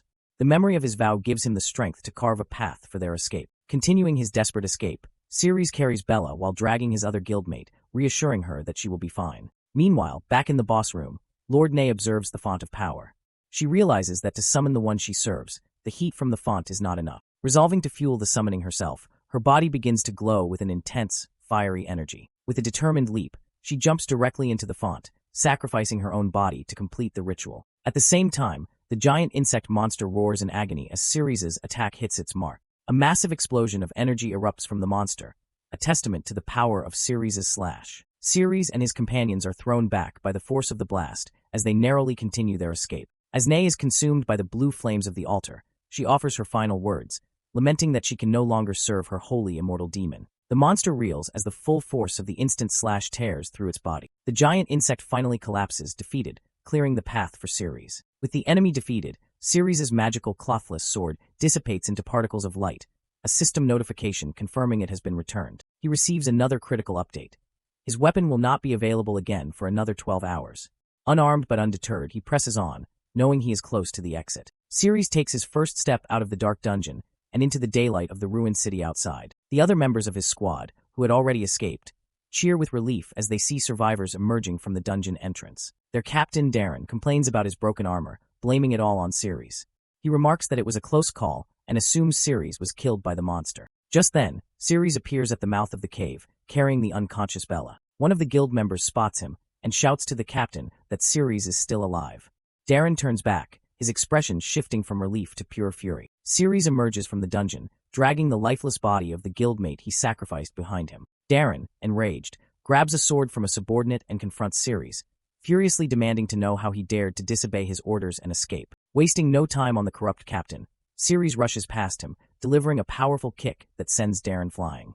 He has more important things to worry about. Upon exiting the dungeon, Ceres is confronted by his corrupt captain, Darren, who, enraged to see him alive, declares that he will receive no medical support from the guild's hospital. Ignoring the captain's empty threats, Ceres, knowing that the injured Bella's life is on the line, declares his own justice and lands a powerful blow on Darren's face. Without a moment's hesitation, Ceres swiftly kicks away the other guild members blocking his path, clearing the way to the hospital. With cold determination in his eyes, Ceres tells the stunned guild members not to waste his precious time. Darren lies defeated on the ground as his subordinates panic, shouting at Ceres for daring to attack their captain. The guild members are in disbelief, yelling that Ceres kicked their captain and that he needs to be sent to the hospital immediately. The scene shifts to the guild's hospital, where medics rush an unconscious Bella and another injured person into the emergency room, demanding that the operation room be prepared. Having successfully delivered Bella for treatment, an exhausted and panting Ceres feels a moment of relief. But there's no time to rest.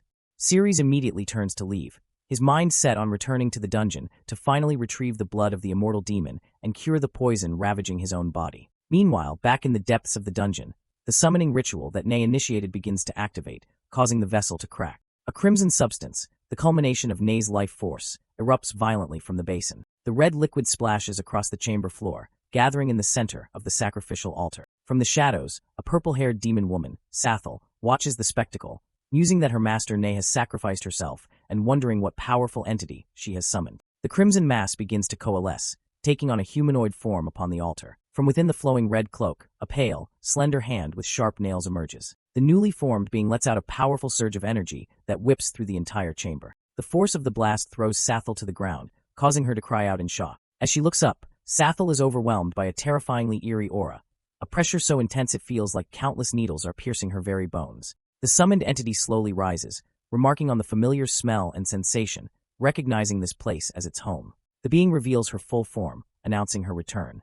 It is a woman with deathly pale skin and long, flowing red hair, identified by a system message as the immortal demon, Lord Satos. Struck with primal fear, Sathel realizes how dangerous the situation has become and that her only option is to run for her life. Lord Satos turns her gaze, her piercing red eyes silently observing the chamber. With a swift movement, she leaps from the altar towards the far wall of the dungeon. She places her hand against the stone wall, a quiet clap echoing in the chamber before she brings it down.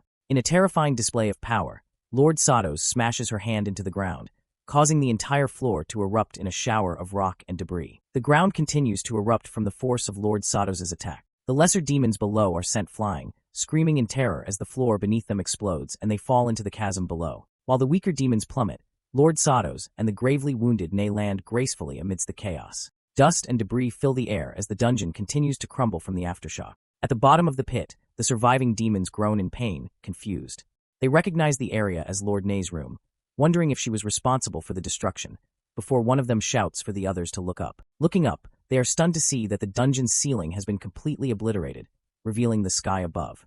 They question who could have possibly done this, suspecting it might have been Lord Nei. The demons quickly realize this level of power is far beyond what Lord Nei was capable of.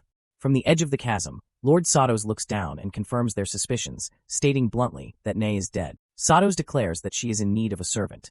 Down below, the surviving demons wonder what to do now that their leader is gone. Driven by the instinct to serve the strong, one of the demon leaders kneels, pleading to become the servant of the one who is clearly stronger than Nei. Seeing their leader's example, the rest of the demons immediately join in, shouting their pledges of loyalty to their new, immensely powerful master. Lord Satos looks down at the groveling demons with utter contempt, commenting on how ugly their desperation is. With a flick of her hand, she unleashes a torrent of green energy, annihilating the very demons who had just sworn their lives to her. As their bodies are destroyed, Satos declares with a sadistic smirk that she has no need for ugly servants. Having disposed of the fodder, Satos walks towards the one remaining demon, the wounded Lord Nei. Satos looks down at the defeated Nei, compliments her appearance, and then commands her to raise her head and open her mouth. Nei obediently opens her mouth, revealing her sharp, demonic teeth. She opens her jaws wide, awaiting the command of her new master. Lord Satos drips a bead of her own glowing green blood from her fingertip into Nei's mouth, ordering her to consume it. The moment the blood enters her system,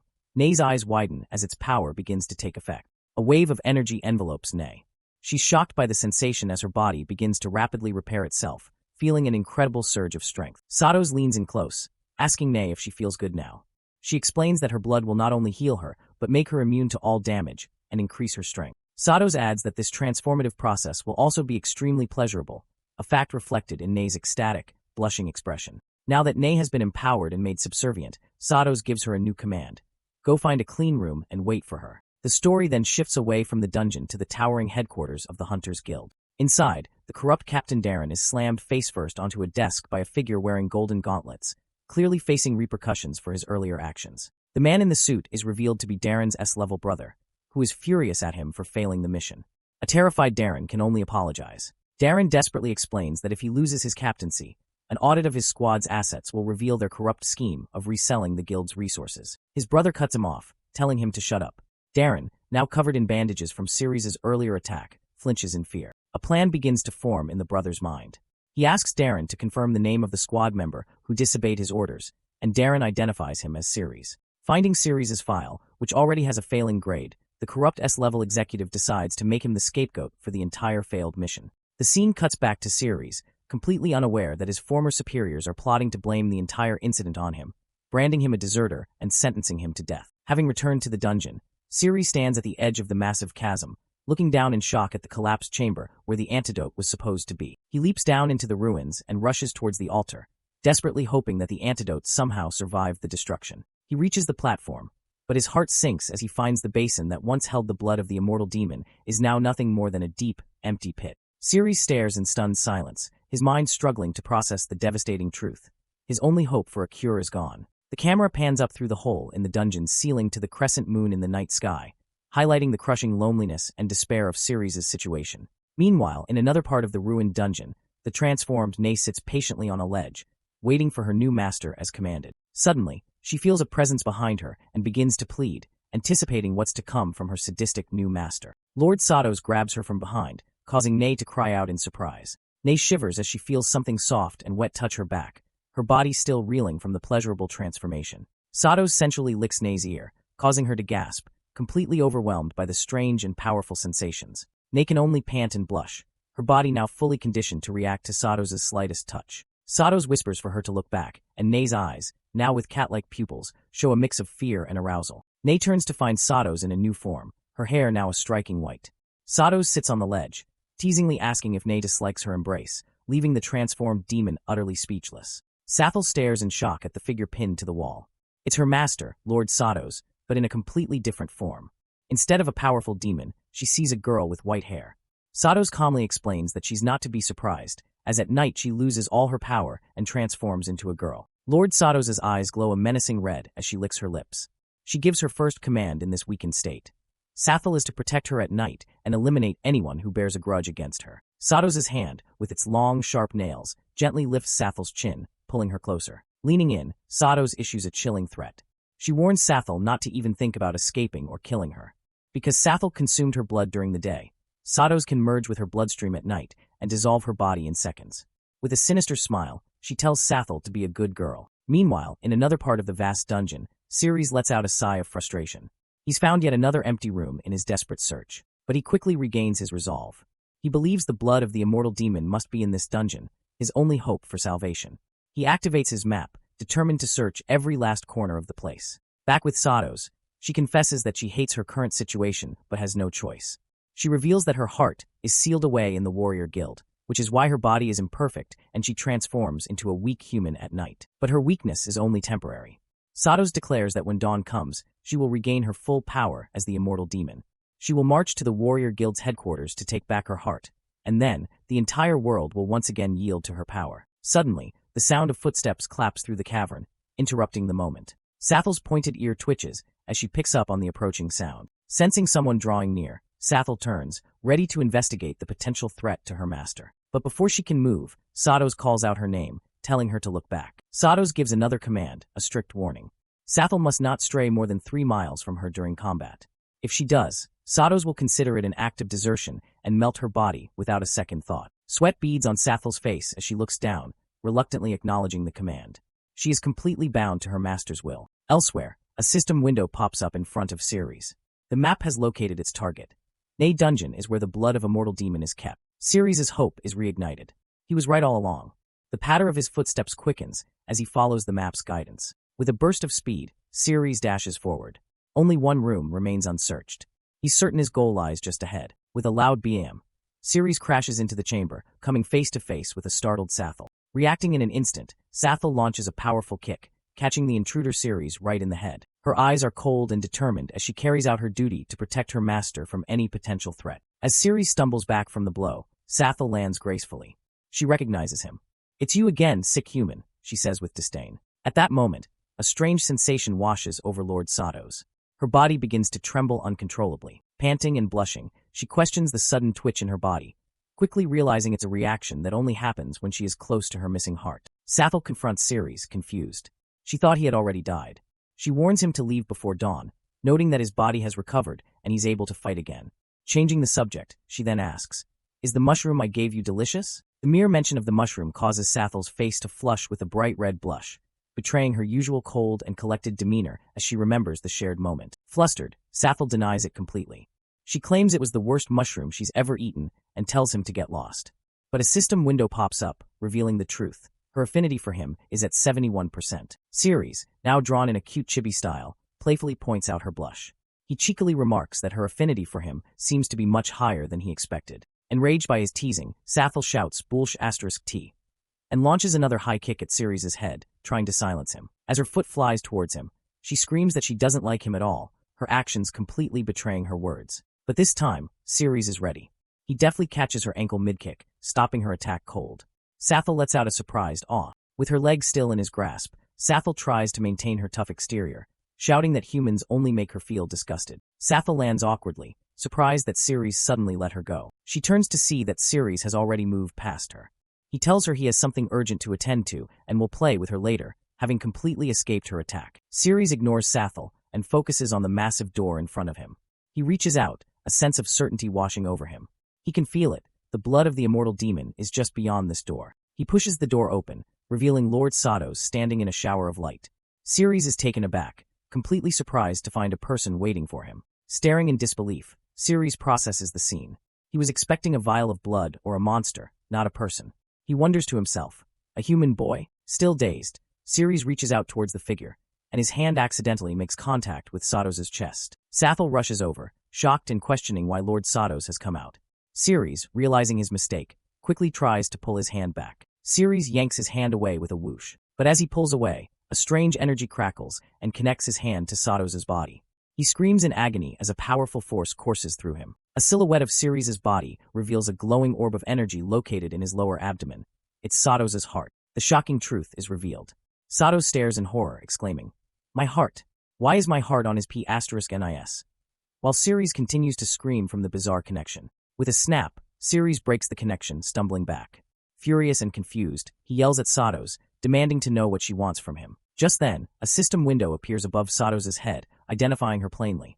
The blood of a mortal demon. Ceres is stunned into silence. His antidote, the thing he's been desperately searching for, has turned into a girl? 1,000 questions race through his mind as he begins to understand the impossible situation. Putting the pieces together, Ceres makes a decisive move. If she is the source, then her blood must be the cure.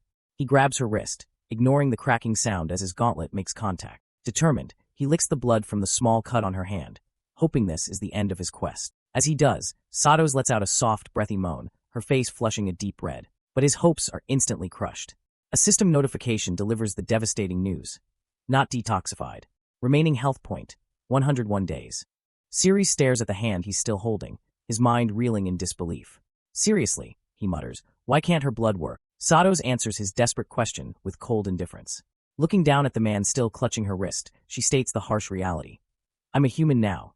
Surely my blood is useless. Seeing Ceres manhandling her master, the ever-loyal Sathel flies into action, launching a powerful kick and yelling, hands off. But Ceres, now focused on a much bigger problem, easily sidesteps her attack. He takes a deliberate step away, his attention wholly on Lord Satos, leaving Sathel to land awkwardly behind him. Lord Satos is still reeling from the revelation. She can't comprehend how her heart was absorbed by a mere human, transformed into essence, and stored in his dirty part. A seductive, determined look crosses her face as she realizes the implication. If she wants to get her power back, there's only one way. She has to suck it back from him. Ceres misinterprets her intent entirely. He thinks she's threatening to turn him into a puddle of blood as punishment.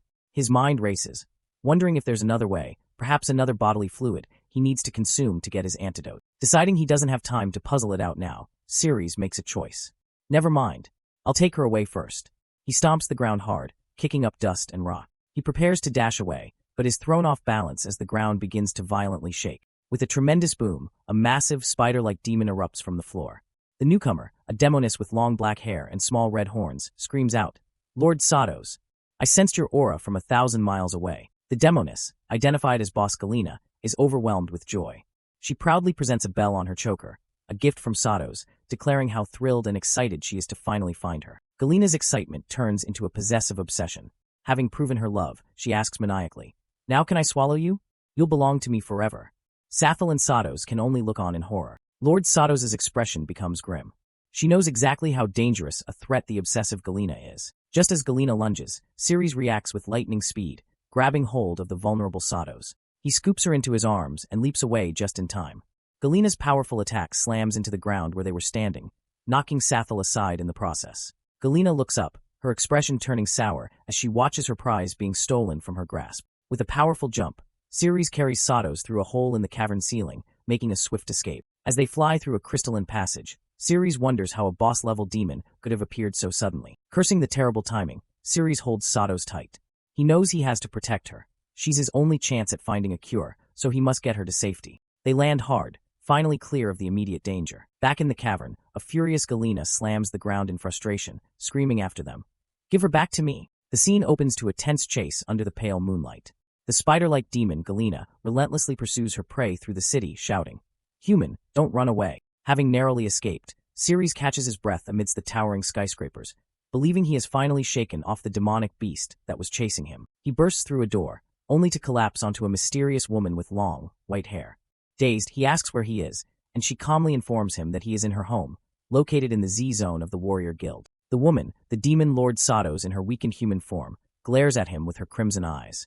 She declares that since her heart was sealed, they will all pay the price. Once she reclaims her power, she will slaughter them all. Suddenly, her demeanor changes. She gently strokes Ceres' face, calling him Mr. Warrior, much to his shock and confusion. With a blush and a look of desperation, Satos explains her predicament. A curse has been cast on her by scary demonic beasts, and she claims that if she doesn't sleep with a man soon, she will die. She pleads for him to save her, but Ceres is conflicted. A nosebleed starts as he tells himself that as an upright warrior, he cannot take advantage of her situation. Satos grows more insistent, leaning over him and crying out that she's in pain, begging Mr. Warrior to help her. Ceres is in agony, his body reacting against his will. He curses, internally battling his own urges while his conscience screams that he can't take advantage of a lady, as it would cause his honest heart pain. He tries to reason with himself, believing that as a warrior, his responsibility is to help those who are suffering. He feels he must do something to alleviate her pain. With newfound resolve, Ceres declares that he will save her with his body, and take on the pain that lies deep in his heart. However, Satos' inner monologue reveals her true intentions. She plans to suck the essence from him to regain her power, after which she will slay them all. As she lunges at him, Ceres' face is a mask of strained ecstasy and confusion, drool escaping his lips. Suddenly, Ceres' eyes snap open in realization. He notices something unusual, questioning how a human could possibly have a tail. He stops her, his mind racing. He realizes that tails should be at the back, but what he's seeing is in the front. A horrifying realization dawns on him as his eyes widen in shock and disbelief at what he is witnessing. Ceres lets out a blood-curdling scream as a bright light emanates from his lower body, his eyes glowing with purple energy. With a furious cry, he violently pushes Satos away from him. Satos is thrown back by the force of his push, sent flying across the room. Ceres lands hard on the floor, panting heavily. As he falls, a small, glowing object that looks like a miniature, winged version of Satos drops out from his armor. He looks up in utter disbelief and horror, his teeth chattering as he stammers. Why? Why do you also have it? Before he can process the bizarre situation, he is struck from behind with a powerful bang. Satos leans in close, her red eyes glowing menacingly. She reminds him, Mr. Warrior, you promised to save me. Satos' hand reaches for his armor, creating a rustling sound. Ceres lets out another cry, a mix of shock and alarm, as he feels her touch. Ignoring his protest, Satos looms over him, her tongue out in anticipation. It's almost dawn, she whispers. My body is starting to change. You can't regret this now. All Ceres can do is murmur in resigned hesitation, bracing for what's to come. Just as Satos makes her move, the small, glowing creature that fell from Ceres' armor begins to buzz loudly, emitting a purple light. Both of them are startled by the sudden interruption. A whooshing sound fills the room as something, or someone, else makes a sudden entrance, surprising both Ceres and Satos. A third person, the demoness Sathel, appears sprawled on the floor. She cries out in hunger, complaining that she's starving to death. With tears in her eyes, Sathel looks up weakly and pleads, Master, save me. Seeing this, Ceres pushes Satos aside, declaring that Sathel urgently needs his help and that he will save her first. Meanwhile, Sathel complains that the room is too small to even stretch her body out. Using this as an excuse, Ceres quickly scrambles away from the two demonesses and rushes towards the kitchen, yelling that he'll cook for the hungry Sathel. He immediately gets to work, summoning a powerful burst of fire on the stove. As the pan sizzles, Ceres panics internally. He plans to cook to stall for time, but worries about what to do next. He knows if he doesn't save Satos, she might die and he'll lose his only chance for an antidote, even briefly considering if he should just go through with it. He violently rejects the thought, screaming in frustration as tears stream down his face. He can't bring himself to do it. His moment of crisis is interrupted by Satos, who has followed him. She states impatiently that she doesn't want to wait for daytime and wants to take back her power right now. She begins to advance on Ceres, who is trapped in the kitchen, declaring that if he's not willing, then she'll just have to do it the rough way. Satos grabs a struggling Ceres from behind, causing him to cry out in alarm. Ceres manages to break free, shouting, "Let me go," and bumping Satos with the pan in his haste to escape. He runs out of the kitchen, announcing that he's finished cooking and is going to save Sathel first. Satos watches him go, a look of silent frustration on her face. Satos curses her weakness. She laments that in this human body, she doesn't have the physical power to suppress him. Meanwhile, the tip of Sathel's tail is seen shaking from behind a closed door elsewhere in the apartment. Ceres enters the bathroom to find Sathel sitting on the floor, a bottle in her hand and bubbles coming from her mouth. Ceres is horrified to realize she's drinking toilet cleaner. He asks if she's okay, but Sathal, blushing with pleasure, simply declares that it's yummy. Having finished her drink, Sathal takes a large bite of the food Ceres has prepared for her. Back in the main room, Ceres tries to placate the imposing Sathal, telling her to calm down. But she announces that now it's her turn, as a worried Satos looks on. Sathal slaps Ceres' hands away, angrily stating that she doesn't want to hear his excuses. The two demonesses overpower him. Satos pins him to the floor while Sathal ignores him, eagerly lifting the bowl of food to her mouth, shouting, "I want it now." Suddenly, a system notification appears. Weapon returning time. In a flash of light, Ceres' armor and clothes vanish, leaving him completely naked. The mad system then issues its cruel ultimatum. Ceres must run on the street, wearing only a single piece of cloth while waving at 33 people. Ceres shouts back in defiance, refusing to do such a thing. But the system presents the alternative. If he fails the task, he will be dragged into the reverse advanced paradise.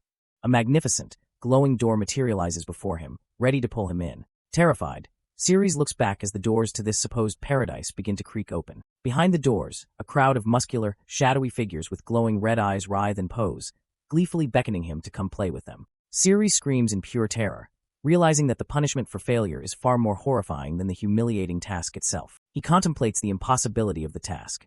The single piece of cloth is too small to cover himself. Held horizontally, his back is exposed. Held vertically, he can't wave to people without revealing everything. He wails in despair, realizing that no matter what he does, he can't cover his full body and will be completely exposed. Having accepted his fate, Ceres announces that he needs to go out. Sathal, seeing him leave, tells Satos that he is all hers now. As Ceres disappears, a bewildered Sathal asks if humans usually go out in this manner. Satos, defeated for now, sits down, thinking that it seems she can only wait until daytime. Sathal then offers Satos the bottle of toilet cleaner, asking if she wants some because it tastes good.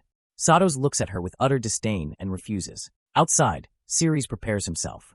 With grim determination, he ties the small piece of cloth around his face like a mask, resolving that at least no one will see his look of humiliation. With a final scream, he bolts, running towards the public barbecue square, determined to finish his embarrassing task as quickly as possible. Meanwhile, perched atop a building overlooking the city, the spider demon Galena curses, noting how fast her human prey managed to run. However, a sinister grin spreads across her face. With her eyes glowing malevolently, she declares that she has already sensed that he is in this area, ending the chapter on a note of impending doom. In the middle of the night, our hero Ceres appears, wearing nothing but a face mask. He comically waves his arms to get everyone's attention, shouting for them to look at him. As he runs through the city streets, the citizens react with predictable outrage. Shouts of pervert and freak echo through the air as a mob forms to catch him. A system window reveals the cause of his strange behavior. He is in the middle of a weapon-returning task. He's only completed 12 out of 33 objectives, and with less than 8 minutes remaining, the pressure is on. The chase intensifies. The angry citizens are closing in, vowing that he's doomed for causing a scene in their zone. Ceres, however, seems to be heading towards an even more crowded area. Meanwhile, in another part of the city, a foot lands silently. A demonic-looking woman with white hair and red eyes warns her companion, the beautiful Lord Satos, that someone is approaching. The newcomer is a purple-haired elf-like woman named Sathal. She has finally located her master, addressing the white-haired woman as Lord Satos. Sathal urges her master that they must leave immediately, as the city has a warrior guild, making it dangerous for them. But Lord Satos remains calm, saying that since dawn is near, there is no need for them to hide. Lord Satos then gives an order. Sathal is to find that human. When the sun rises, he is to drop his blood on the ground, which will allow Satos to track him down and use force to take back her essence. As Sathal leaps from the building to carry out the order, a question crosses her mind. What will be the fate of the human once Lord Satos reclaims her essence? Sathal comes to a grim conclusion. After the ordeal, the human would be nothing more than a pool of blood. Sathal continues her descent, leaping across the urban landscape. Her acrobatic moves don't go unnoticed, as the warriors on the street below spot her and shout for her to stop. Undeterred, Sathal peeks over a rooftop, continuing her search for the human. The scene cuts back to Ceres, who is somehow still managing to greet people while being pursued. The enraged crowd can't believe his audacity, with some noting he's completely exposed. Yet, his quest tracker dings with another point. Another system update shows his progress. He has now completed 24 of the 33 objectives, with just under 5 minutes left on the clock. Ceres notes to himself that he's more than halfway through his bizarre and humiliating task. Suddenly, chaos erupts from a different source. A giant, monstrous spider-like creature smashes into the street, sending the warriors who were chasing Ceres flying. While chunks of debris rain down, Ceres doesn't break his stride, continuing to run amidst the destruction. The monster is identified as a C-rank demonic beast, a fierce spider. The surrounding people panic, shouting for everyone to evacuate and call for support. Ceres is exasperated by the timing of the monster's appearance. He decides to fight while continuing his task and attempts to open his system, only to be denied. A message explains that during the weapon returning period, he is unable to use the system, and all his stats are reverted to a powerless F rank. Shocked by this revelation, Ceres is urged by the system to finish his task as soon as possible. An emergency broadcast blares across the city, warning all citizens that demonic beasts have appeared in Zone Z-17 and ordering a full retreat. In the midst of the chaos, a brave warrior named Karjak manages to climb onto the giant spider's back. Holding on for dear life, Karjak grabs one of the beast's legs and desperately screams for someone to give him a weapon so he can kill it. In a bewildering move, Ceres runs past and slaps Karjak's outstretched hand, not to give him a weapon, but to complete an objective. He callously says, "Good job, warrior. Bye," and continues on his way, leaving the stunned man to face the beast alone. Left to fend for himself, the warrior Karjak faces the fierce spider as it lunges, its maw sizzling with corrosive liquid. The beast's pincer slams down. Karjak loses his grip, crying out that the situation is out of his control. Just in time, another warrior wearing a hood and cape swoops in, slashing at the demonic beast and drawing its attention. However, Karjak is splattered with the monster's acidic green blood, leaving him stunned and in agony. Elsewhere, the A-rank leader of the Security Legion, also named Karjak, gives an order to pull back, disdainfully asking his subordinate why it's so hard for C-rank warriors to handle a few small spiders. He's speaking to the pompous Charlton, the vice president of the Warrior Guild. Charlton smugly takes credit for being present and orders an immediate escort back, assured by his guards that no beast can reach him. Their arrogance is short-lived. A powerful new demon with red horns, Lord Nay, appears atop the spider beast with a boom. She declares that she has smelled that man, referring to Ceres, and knows he is nearby. Charlton and his men look up in terror. The A-rank leader Karjak, realizing the gravity of the new threat, draws his sword with a clank. The warriors steel themselves for a fight. Karjak orders his men to evacuate the terrified Mr. Charlton while they engage the powerful new enemy. Without hesitation, the A-rank leader Karjak closes his eyes, focusing his power for a decisive strike. He leaps through the air, bringing his sword down in a powerful stabbing motion aimed directly at Lord Nay. But his attack is useless. Lord Nay effortlessly catches the blade between her fingers, a condescending smirk on her face as Karjak realizes he missed his mark. She leans in close, getting right in his face.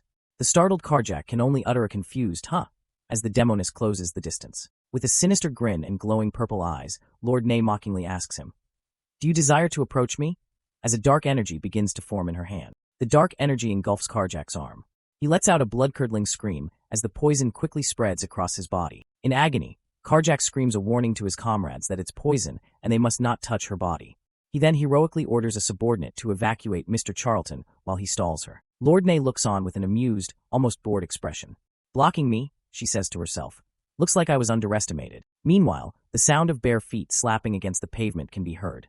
Ceres is still running for his life. His system shows the terrible urgency of his situation. He's completed 32 of 33 greetings, with less than a minute remaining. Bloody hell, he thinks. I still need to greet one person. As Vice President Charlton watches in horror, another of his men is caught by Lord Nay's poison and screams in agony as his body begins to dissolve. Nay holds up the dissolving warrior with a sadistic pleasure, commenting that his screams turn her on. She seems disappointed when he falls silent. "But I want to hear more," she says, dropping the warrior's remains. In the background, the terrified Charlton screams for emergency support. As Charlton is frantically screaming for Nay to let his man go, Ceres spots his final target. He appears right behind the distracted vice president. Ceres yells, "Fatty, look at me." Charlton turns, his face a mask of shock and confusion. With that final greeting, a system window dings, confirming. Weapon returning task completed. Triumphantly, Ceres yells, "I got back my suit." As a brilliant blue light envelopes him, his full armor materializing instantly. His power restored, he immediately gives the command. "Open the system." As a reward for completing the grueling task, the system presents Ceres with a choice. A series of floating cards appear before him, and he is prompted to draw one. He selects a card, which glows with a brilliant light. The system dings, announcing his reward. He has obtained a new weapon, the Silent Finger. Ceres looks at his newly acquired gauntlets with a puzzled expression. A tutorial explains the bizarre new power. Marked enemies will experience a displacement of their body's senses with surrounding objects. Furthermore, when the enemy cries out, it will trigger the silent power. Lord Nay immediately spots the now armored Ceres. Recognizing him as the human she was hunting, she furiously demands to know where he has hidden the essence of her beloved Lord Satos. With his power restored, Ceres stands his ground fearlessly. Spreading his arms wide, he defiantly declares that he won't let her get to the people behind him. Enraged by his defiance, Ney decides to kill him first and worry about finding the essence later. As she lunges forward to attack, Ceres activates his new ability, successfully marking her as his target. Ceres easily dodges her powerful slam attack, which shatters the ground where he just stood. Now at a safe distance, Ceres puts his new power to the test, making a strange gesture with his gauntlet. He makes a gentle rustling motion with his fingers, activating the silent finger's mysterious effect. Suddenly, Ney's face flushes with confusion and embarrassment.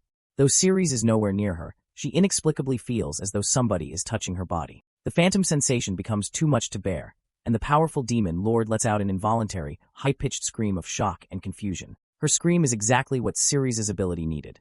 The system registers a crying value of 12% and immediately triggers the silent power. A massive wave of force erupts directly from Ney's body, blasting her backward with a tremendous rumble. The explosion of power sends her flying off her spider mount, crashing into the ground below. Flustered and in pain, Ney clutches her chest, wondering if the human boy had somehow touched her breasts from a distance.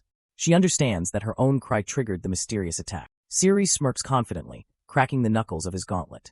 Ney glares at him, realizing that this strange, humiliating power must be his special ability. Filled with righteous fury and a strange sense of shame, Ney declares that her body and heart belong only to Lord Satos. Vowing that she will not cry out again, she foolishly believes that staying silent will neutralize his power. The system provides another helpful tip, clarifying that the damage dealt by the silent power is directly equal to the target's crying value. The louder she screams, the harder she'll be hit. Ignoring the true nature of his ability, Ney prepares her ultimate attack. She gathers all the poison in her body into her hands, planning to seek forgiveness from Lord Satos with Ceres' burning corpse. Ceres simply watches, unimpressed. Enraged that Ceres has somehow touched her, Lord Ney lunges forward, screaming that he will die for his transgression. Ceres is forced to leap back to avoid the furious assault. Ney's powerful strike smashes through a wall with a thunderous BAM, showcasing her immense destructive force as she relentlessly pursues Ceres. In an instant, Ney closes the distance, her demonic, spider-like appendages poised to strike. Ceres, however, watches her approach with a calm and focused expression, ready for her next move. Ney's shadowy claw strikes Ceres' armor with a heavy impact, seemingly landing a solid blow on him. But Ceres skillfully parries the attack with his armored gauntlet. He looks on with a confident smirk, anticipating her reaction to his hidden ability. Just as he predicted, Ney's expression of rage morphs into one of shocked pleasure. She lets out an involuntary cry as a system window pops up, showing her crying value has hit 43%.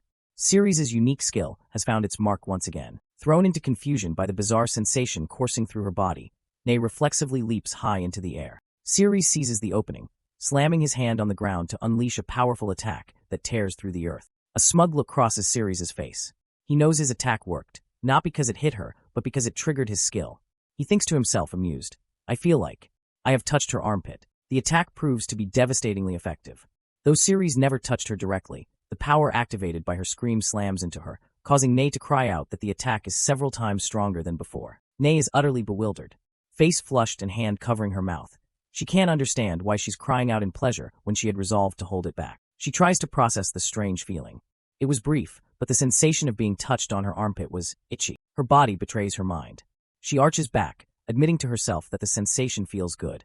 She is horrified that a mere human could make her feel this way, a pleasure she thought only her master, Lord Satos, could provide. The small bell on her collar jingles, a sudden, sharp reminder of her unwavering loyalty and servitude to her master. The thought snaps Ney back to a state of panic. She desperately apologizes to Lord Satos, disgusted with herself for daring to compare her master to a filthy and humble human. Consumed by guilt, she declares that she has made a big mistake and violently slaps herself across the face. A green, viscous fluid drips from her eye. With a crazed look, she licks it away, declaring that she is sober now, and begs her unseen master for forgiveness. Ceres watches this bizarre spectacle of self-punishment unfold, completely baffled. She beat herself. What's wrong with her, he wonders. Having seemingly regained her composure, Ney lies down on the rubble. Acknowledging that his skills are weird, she prepares to resume the fight. Deciding it's time to get serious, Ceres grabs one of the sharp, black appendages that form part of Ney's spider body. With a sickening spurt, he uses his power to manipulate her own body against her. Ney's own weapon impales her, drawing another scream that is a mixture of pure agony and twisted pleasure. As Ney's spider body twitches from the blow, Ceres steps back. He dryly comments on the situation. You put your weapon in a weird place. Then an idea clicks. He quickly recalls the sequence of hits. First her breast, then her armpit. He mentally calculates the distance and the ratio, searching for the underlying pattern to his power. He's cracked it. The sensory attacks on her body are perfectly mapped to his own. Realizing that the next target, her butt, corresponds to his back, he makes a bold move. He turns completely around, presenting his back to his enemy, an action that looks exactly like a retreat. Seeing Ceres turn his back, Ney mistakenly believes he's trying to flee. "Now you want to escape?" she scoffs, lunging forward with her massive spider body to cut him off. But Ceres isn't running. He glances over his shoulder, a confident smirk on his face as he declares, "Too late." Ney brings her massive blade-like appendage down in a swift, vertical slash, aiming to crush him where he stands. The powerful attack slams into the ground, creating a massive crater, but Ceres has already dodged out of the way. Ceres taunts her, shouting, "My agility is better. You can't hurt me," as he continues to deftly evade her strikes. He knows he has the upper hand in speed. However, just as he dodges another blow, Ney unleashes a new attack he wasn't expecting. A thick glob of spider web shoots out and smacks Ceres directly in the face. Spider web. Screwed, he thinks, realizing his miscalculation. The sticky web envelopes him completely, yanking him off his feet and rendering him immobile. With a squishy thud, he's slammed against a wall, completely tangled and trapped in the thick webbing. Ney looms over her captured prey, a smug look on her face. "Now you can't run away," she says, savoring her victory. With a crazed grin, she raises her weapon high, ready to deliver the final blow and send Ceres to hell. Trapped but not defeated, Ceres presses his hand against the sticky webbing, a determined look on his face. He still has one last trick up his sleeve. He decides to test his theory once more. Tapping his fingers against the web, he thinks, "If I'm correct, this is her inner thigh." It works perfectly. Ney cries out in shock as she feels the phantom tapping sensation on her inner thigh. "Again!" she yells, bewildered by the strange magic. Finally understanding the trigger for his attacks, Ney clamps her hands and weapon over her mouth, determined to stay silent. "This time I can't cry out," she resolves. Ceres continues to tap his fingers, relentlessly applying the strange, ticklish pressure from a distance. Ney trembles, barely managing to suppress a scream. A tiny whimper escapes, registering a minuscule 1% on the crying value meter, but she successfully chokes back the full cry. She stands her ground, bracing against the phantom sensations, keeping her mouth firmly covered. She trembles from the effort, but holds firm, refusing to give Ceres the satisfaction of hearing her scream. She's done it. She held it back. A proud, flushed look appears on her face as she licks her lips, believing she has finally figured out his weakness. "As long as I keep silent, I won't get attacked." But her triumph is short-lived. She looks up to find the webbing empty. "Huh, where is that human? He escaped," she shouts in disbelief. From the other side of the courtyard, a calm voice calls out, "I'm right here." Ney turns to see Ceres standing there, completely free. The realization dawns on her. While she was so focused on keeping quiet, he used the opportunity to escape. "How stupid," she mutters, finally understanding she'd been played. Furious at being outplayed, Ney glares at Ceres, now utterly convinced she has seen through all his tricks. "That was your last chance to escape," she seethes, her voice dripping with menace. "Next, I'll crush you." Putting her theory into action, she takes the ultimate precaution. Ney weaves a thick seal of spider web over her own mouth, confident that by silencing herself, she has rendered all of his bizarre attacks completely useless. But Ceres only smirks at her desperate measure. He taunts her, enjoying her frustration. "Your inner thigh must feel good just now, right?" Ney blushes furiously behind her web-sealed mouth. The realization hits her. He has been carefully observing her reactions this entire time. "Sick," she thinks, a sense of dread creeping in. A confident smile plays on Ceres' lips. Her reaction confirms his suspicions. Sure enough, he thinks, ready to reveal his trump card. He then reveals his master plan. A colossal, translucent projection of Ney's own body materializes over the cityscape. "After marking you," he explains, "I arranged this according to your body proportions." With a menacing look, Ceres cracks his knuckles. He mockingly repeats her earlier threat. Somebody indeed will be crushed. He then declares his new strategy. "I'll attack your body hard, and I'll find your sensitive part to drive you crazy." By attacking the giant projection, he can now systematically torment her, and there's nothing she can do to stop it. Continuing the fight, Galena looks down on Ceres, claiming that she has seen through his tricks, and that no matter where he touches her, she will not make a single sound. In response, Ceres skillfully slides down the side of the building, moving with incredible speed. Galena's glowing eyes track his movement as she anticipates his next move, exclaiming that he's coming. As he lands, she lets out a small sound, but quickly composes herself, reaffirming that she won't cry out. Ceres pauses, noticing her apparent silence and wondering why there's no response to his attack. However, internally, Galena is panting. She realizes this feeling is different, a thrilling sensation coming from deep within her body. Despite the overwhelming feeling, she tells herself she held it back, proving to her master, Lord Satos, that she didn't betray him and that he is still in her heart. But as a weapon clanks to the ground, she can't help but admit to herself that the feeling is exciting. Enraged and flustered, she hurls her weapon at Ceres, shouting that this feeling is still nothing compared to her devotion to her lord. Ceres simply taps his armored hands together, preparing for his next move. With a wicked grin, he challenges her to try his next attack as a strange energy emanates from him. The attack hits, and Galena's body begins to wriggle uncontrollably as she's overwhelmed by the feeling. She clutches her head, blushing intensely, as the strange attack directly stimulates her brain. Meanwhile, a mysterious man watches from a nearby window, noting with awe that the female demonic beast has started wriggling again. He blushes, wondering what kind of magic could make a demonic beast produce such sexy sounds, and desperately wants to learn it himself. Galena is in a state of ecstasy, wondering how a mere human could do this to her. She can only think that the feeling is super amazing. Panting, she admits she's never experienced anything like this. The sensation is so strong that the image of her beloved Lord Satos is becoming dim in her mind. Horrified by this thought, she slams her hand down, trying to force herself to stop thinking such things. She desperately tries to calm down, reminding herself that her body belongs to Lord Satos and that she must not let her mind wander. Ceres looks on, noting that she still hasn't made any outward sound.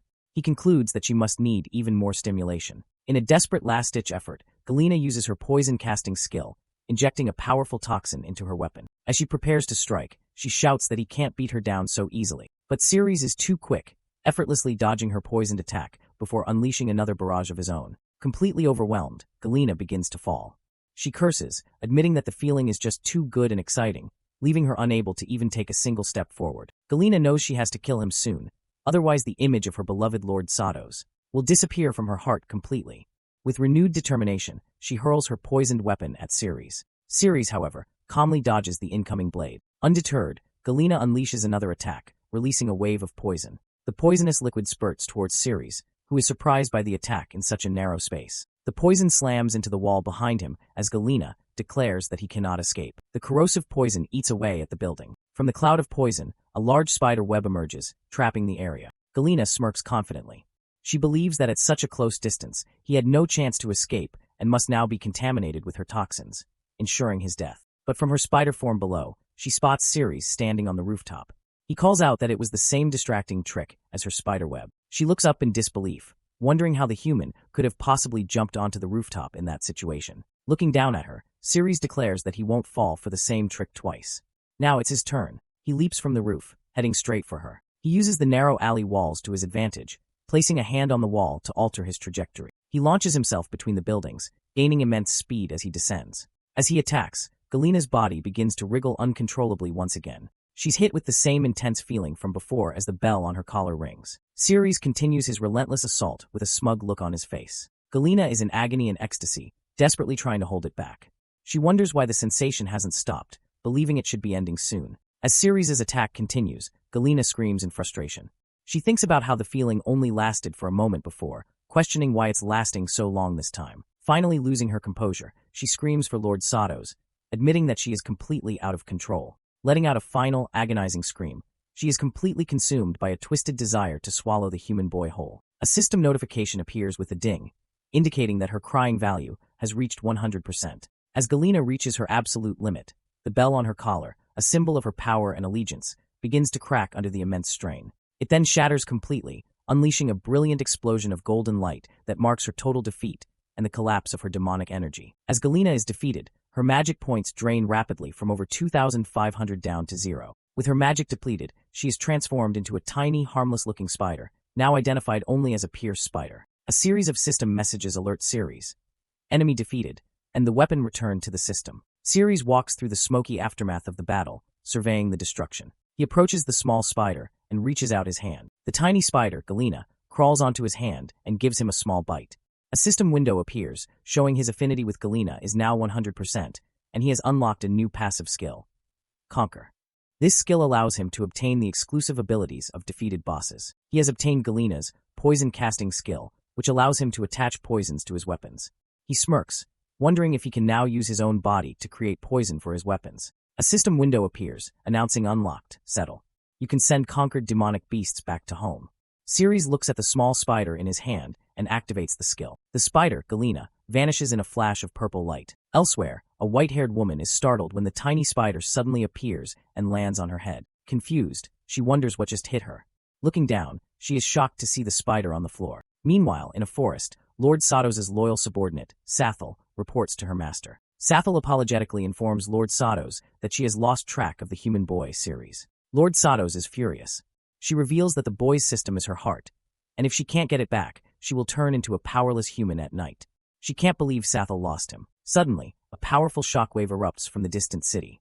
Satos recognizes the feeling. It's the system's power. Guided by the power surge, she flies through the forest and spots her target below. Sathal can only watch in silence as her master rushes off. Sathal looks on with concern, holding a finger coated in green liquid, perhaps her own poison. Sathal remembers losing track of Ceres as he disappeared in a flash. Lord Satos, in his male form, appears in a flash of red. Appearing suddenly behind Ceres, Lord Satos declares, "Gotcha!" Ceres is caught completely by surprise. Satos slams him to the ground with immense force. Leaning over him with a sinister grin, Satos mockingly asks, "Mr. Warrior, you promised to save me.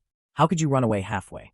How annoying." As Satos' hand grips his face, Ceres shouts with horrified realization, "I just knew it. You are a male, and a demonic beast." Pinned against the wall, Ceres accuses Satos of lying about being cursed. Satos, in his male form, agrees and demands that Ceres complete his promise.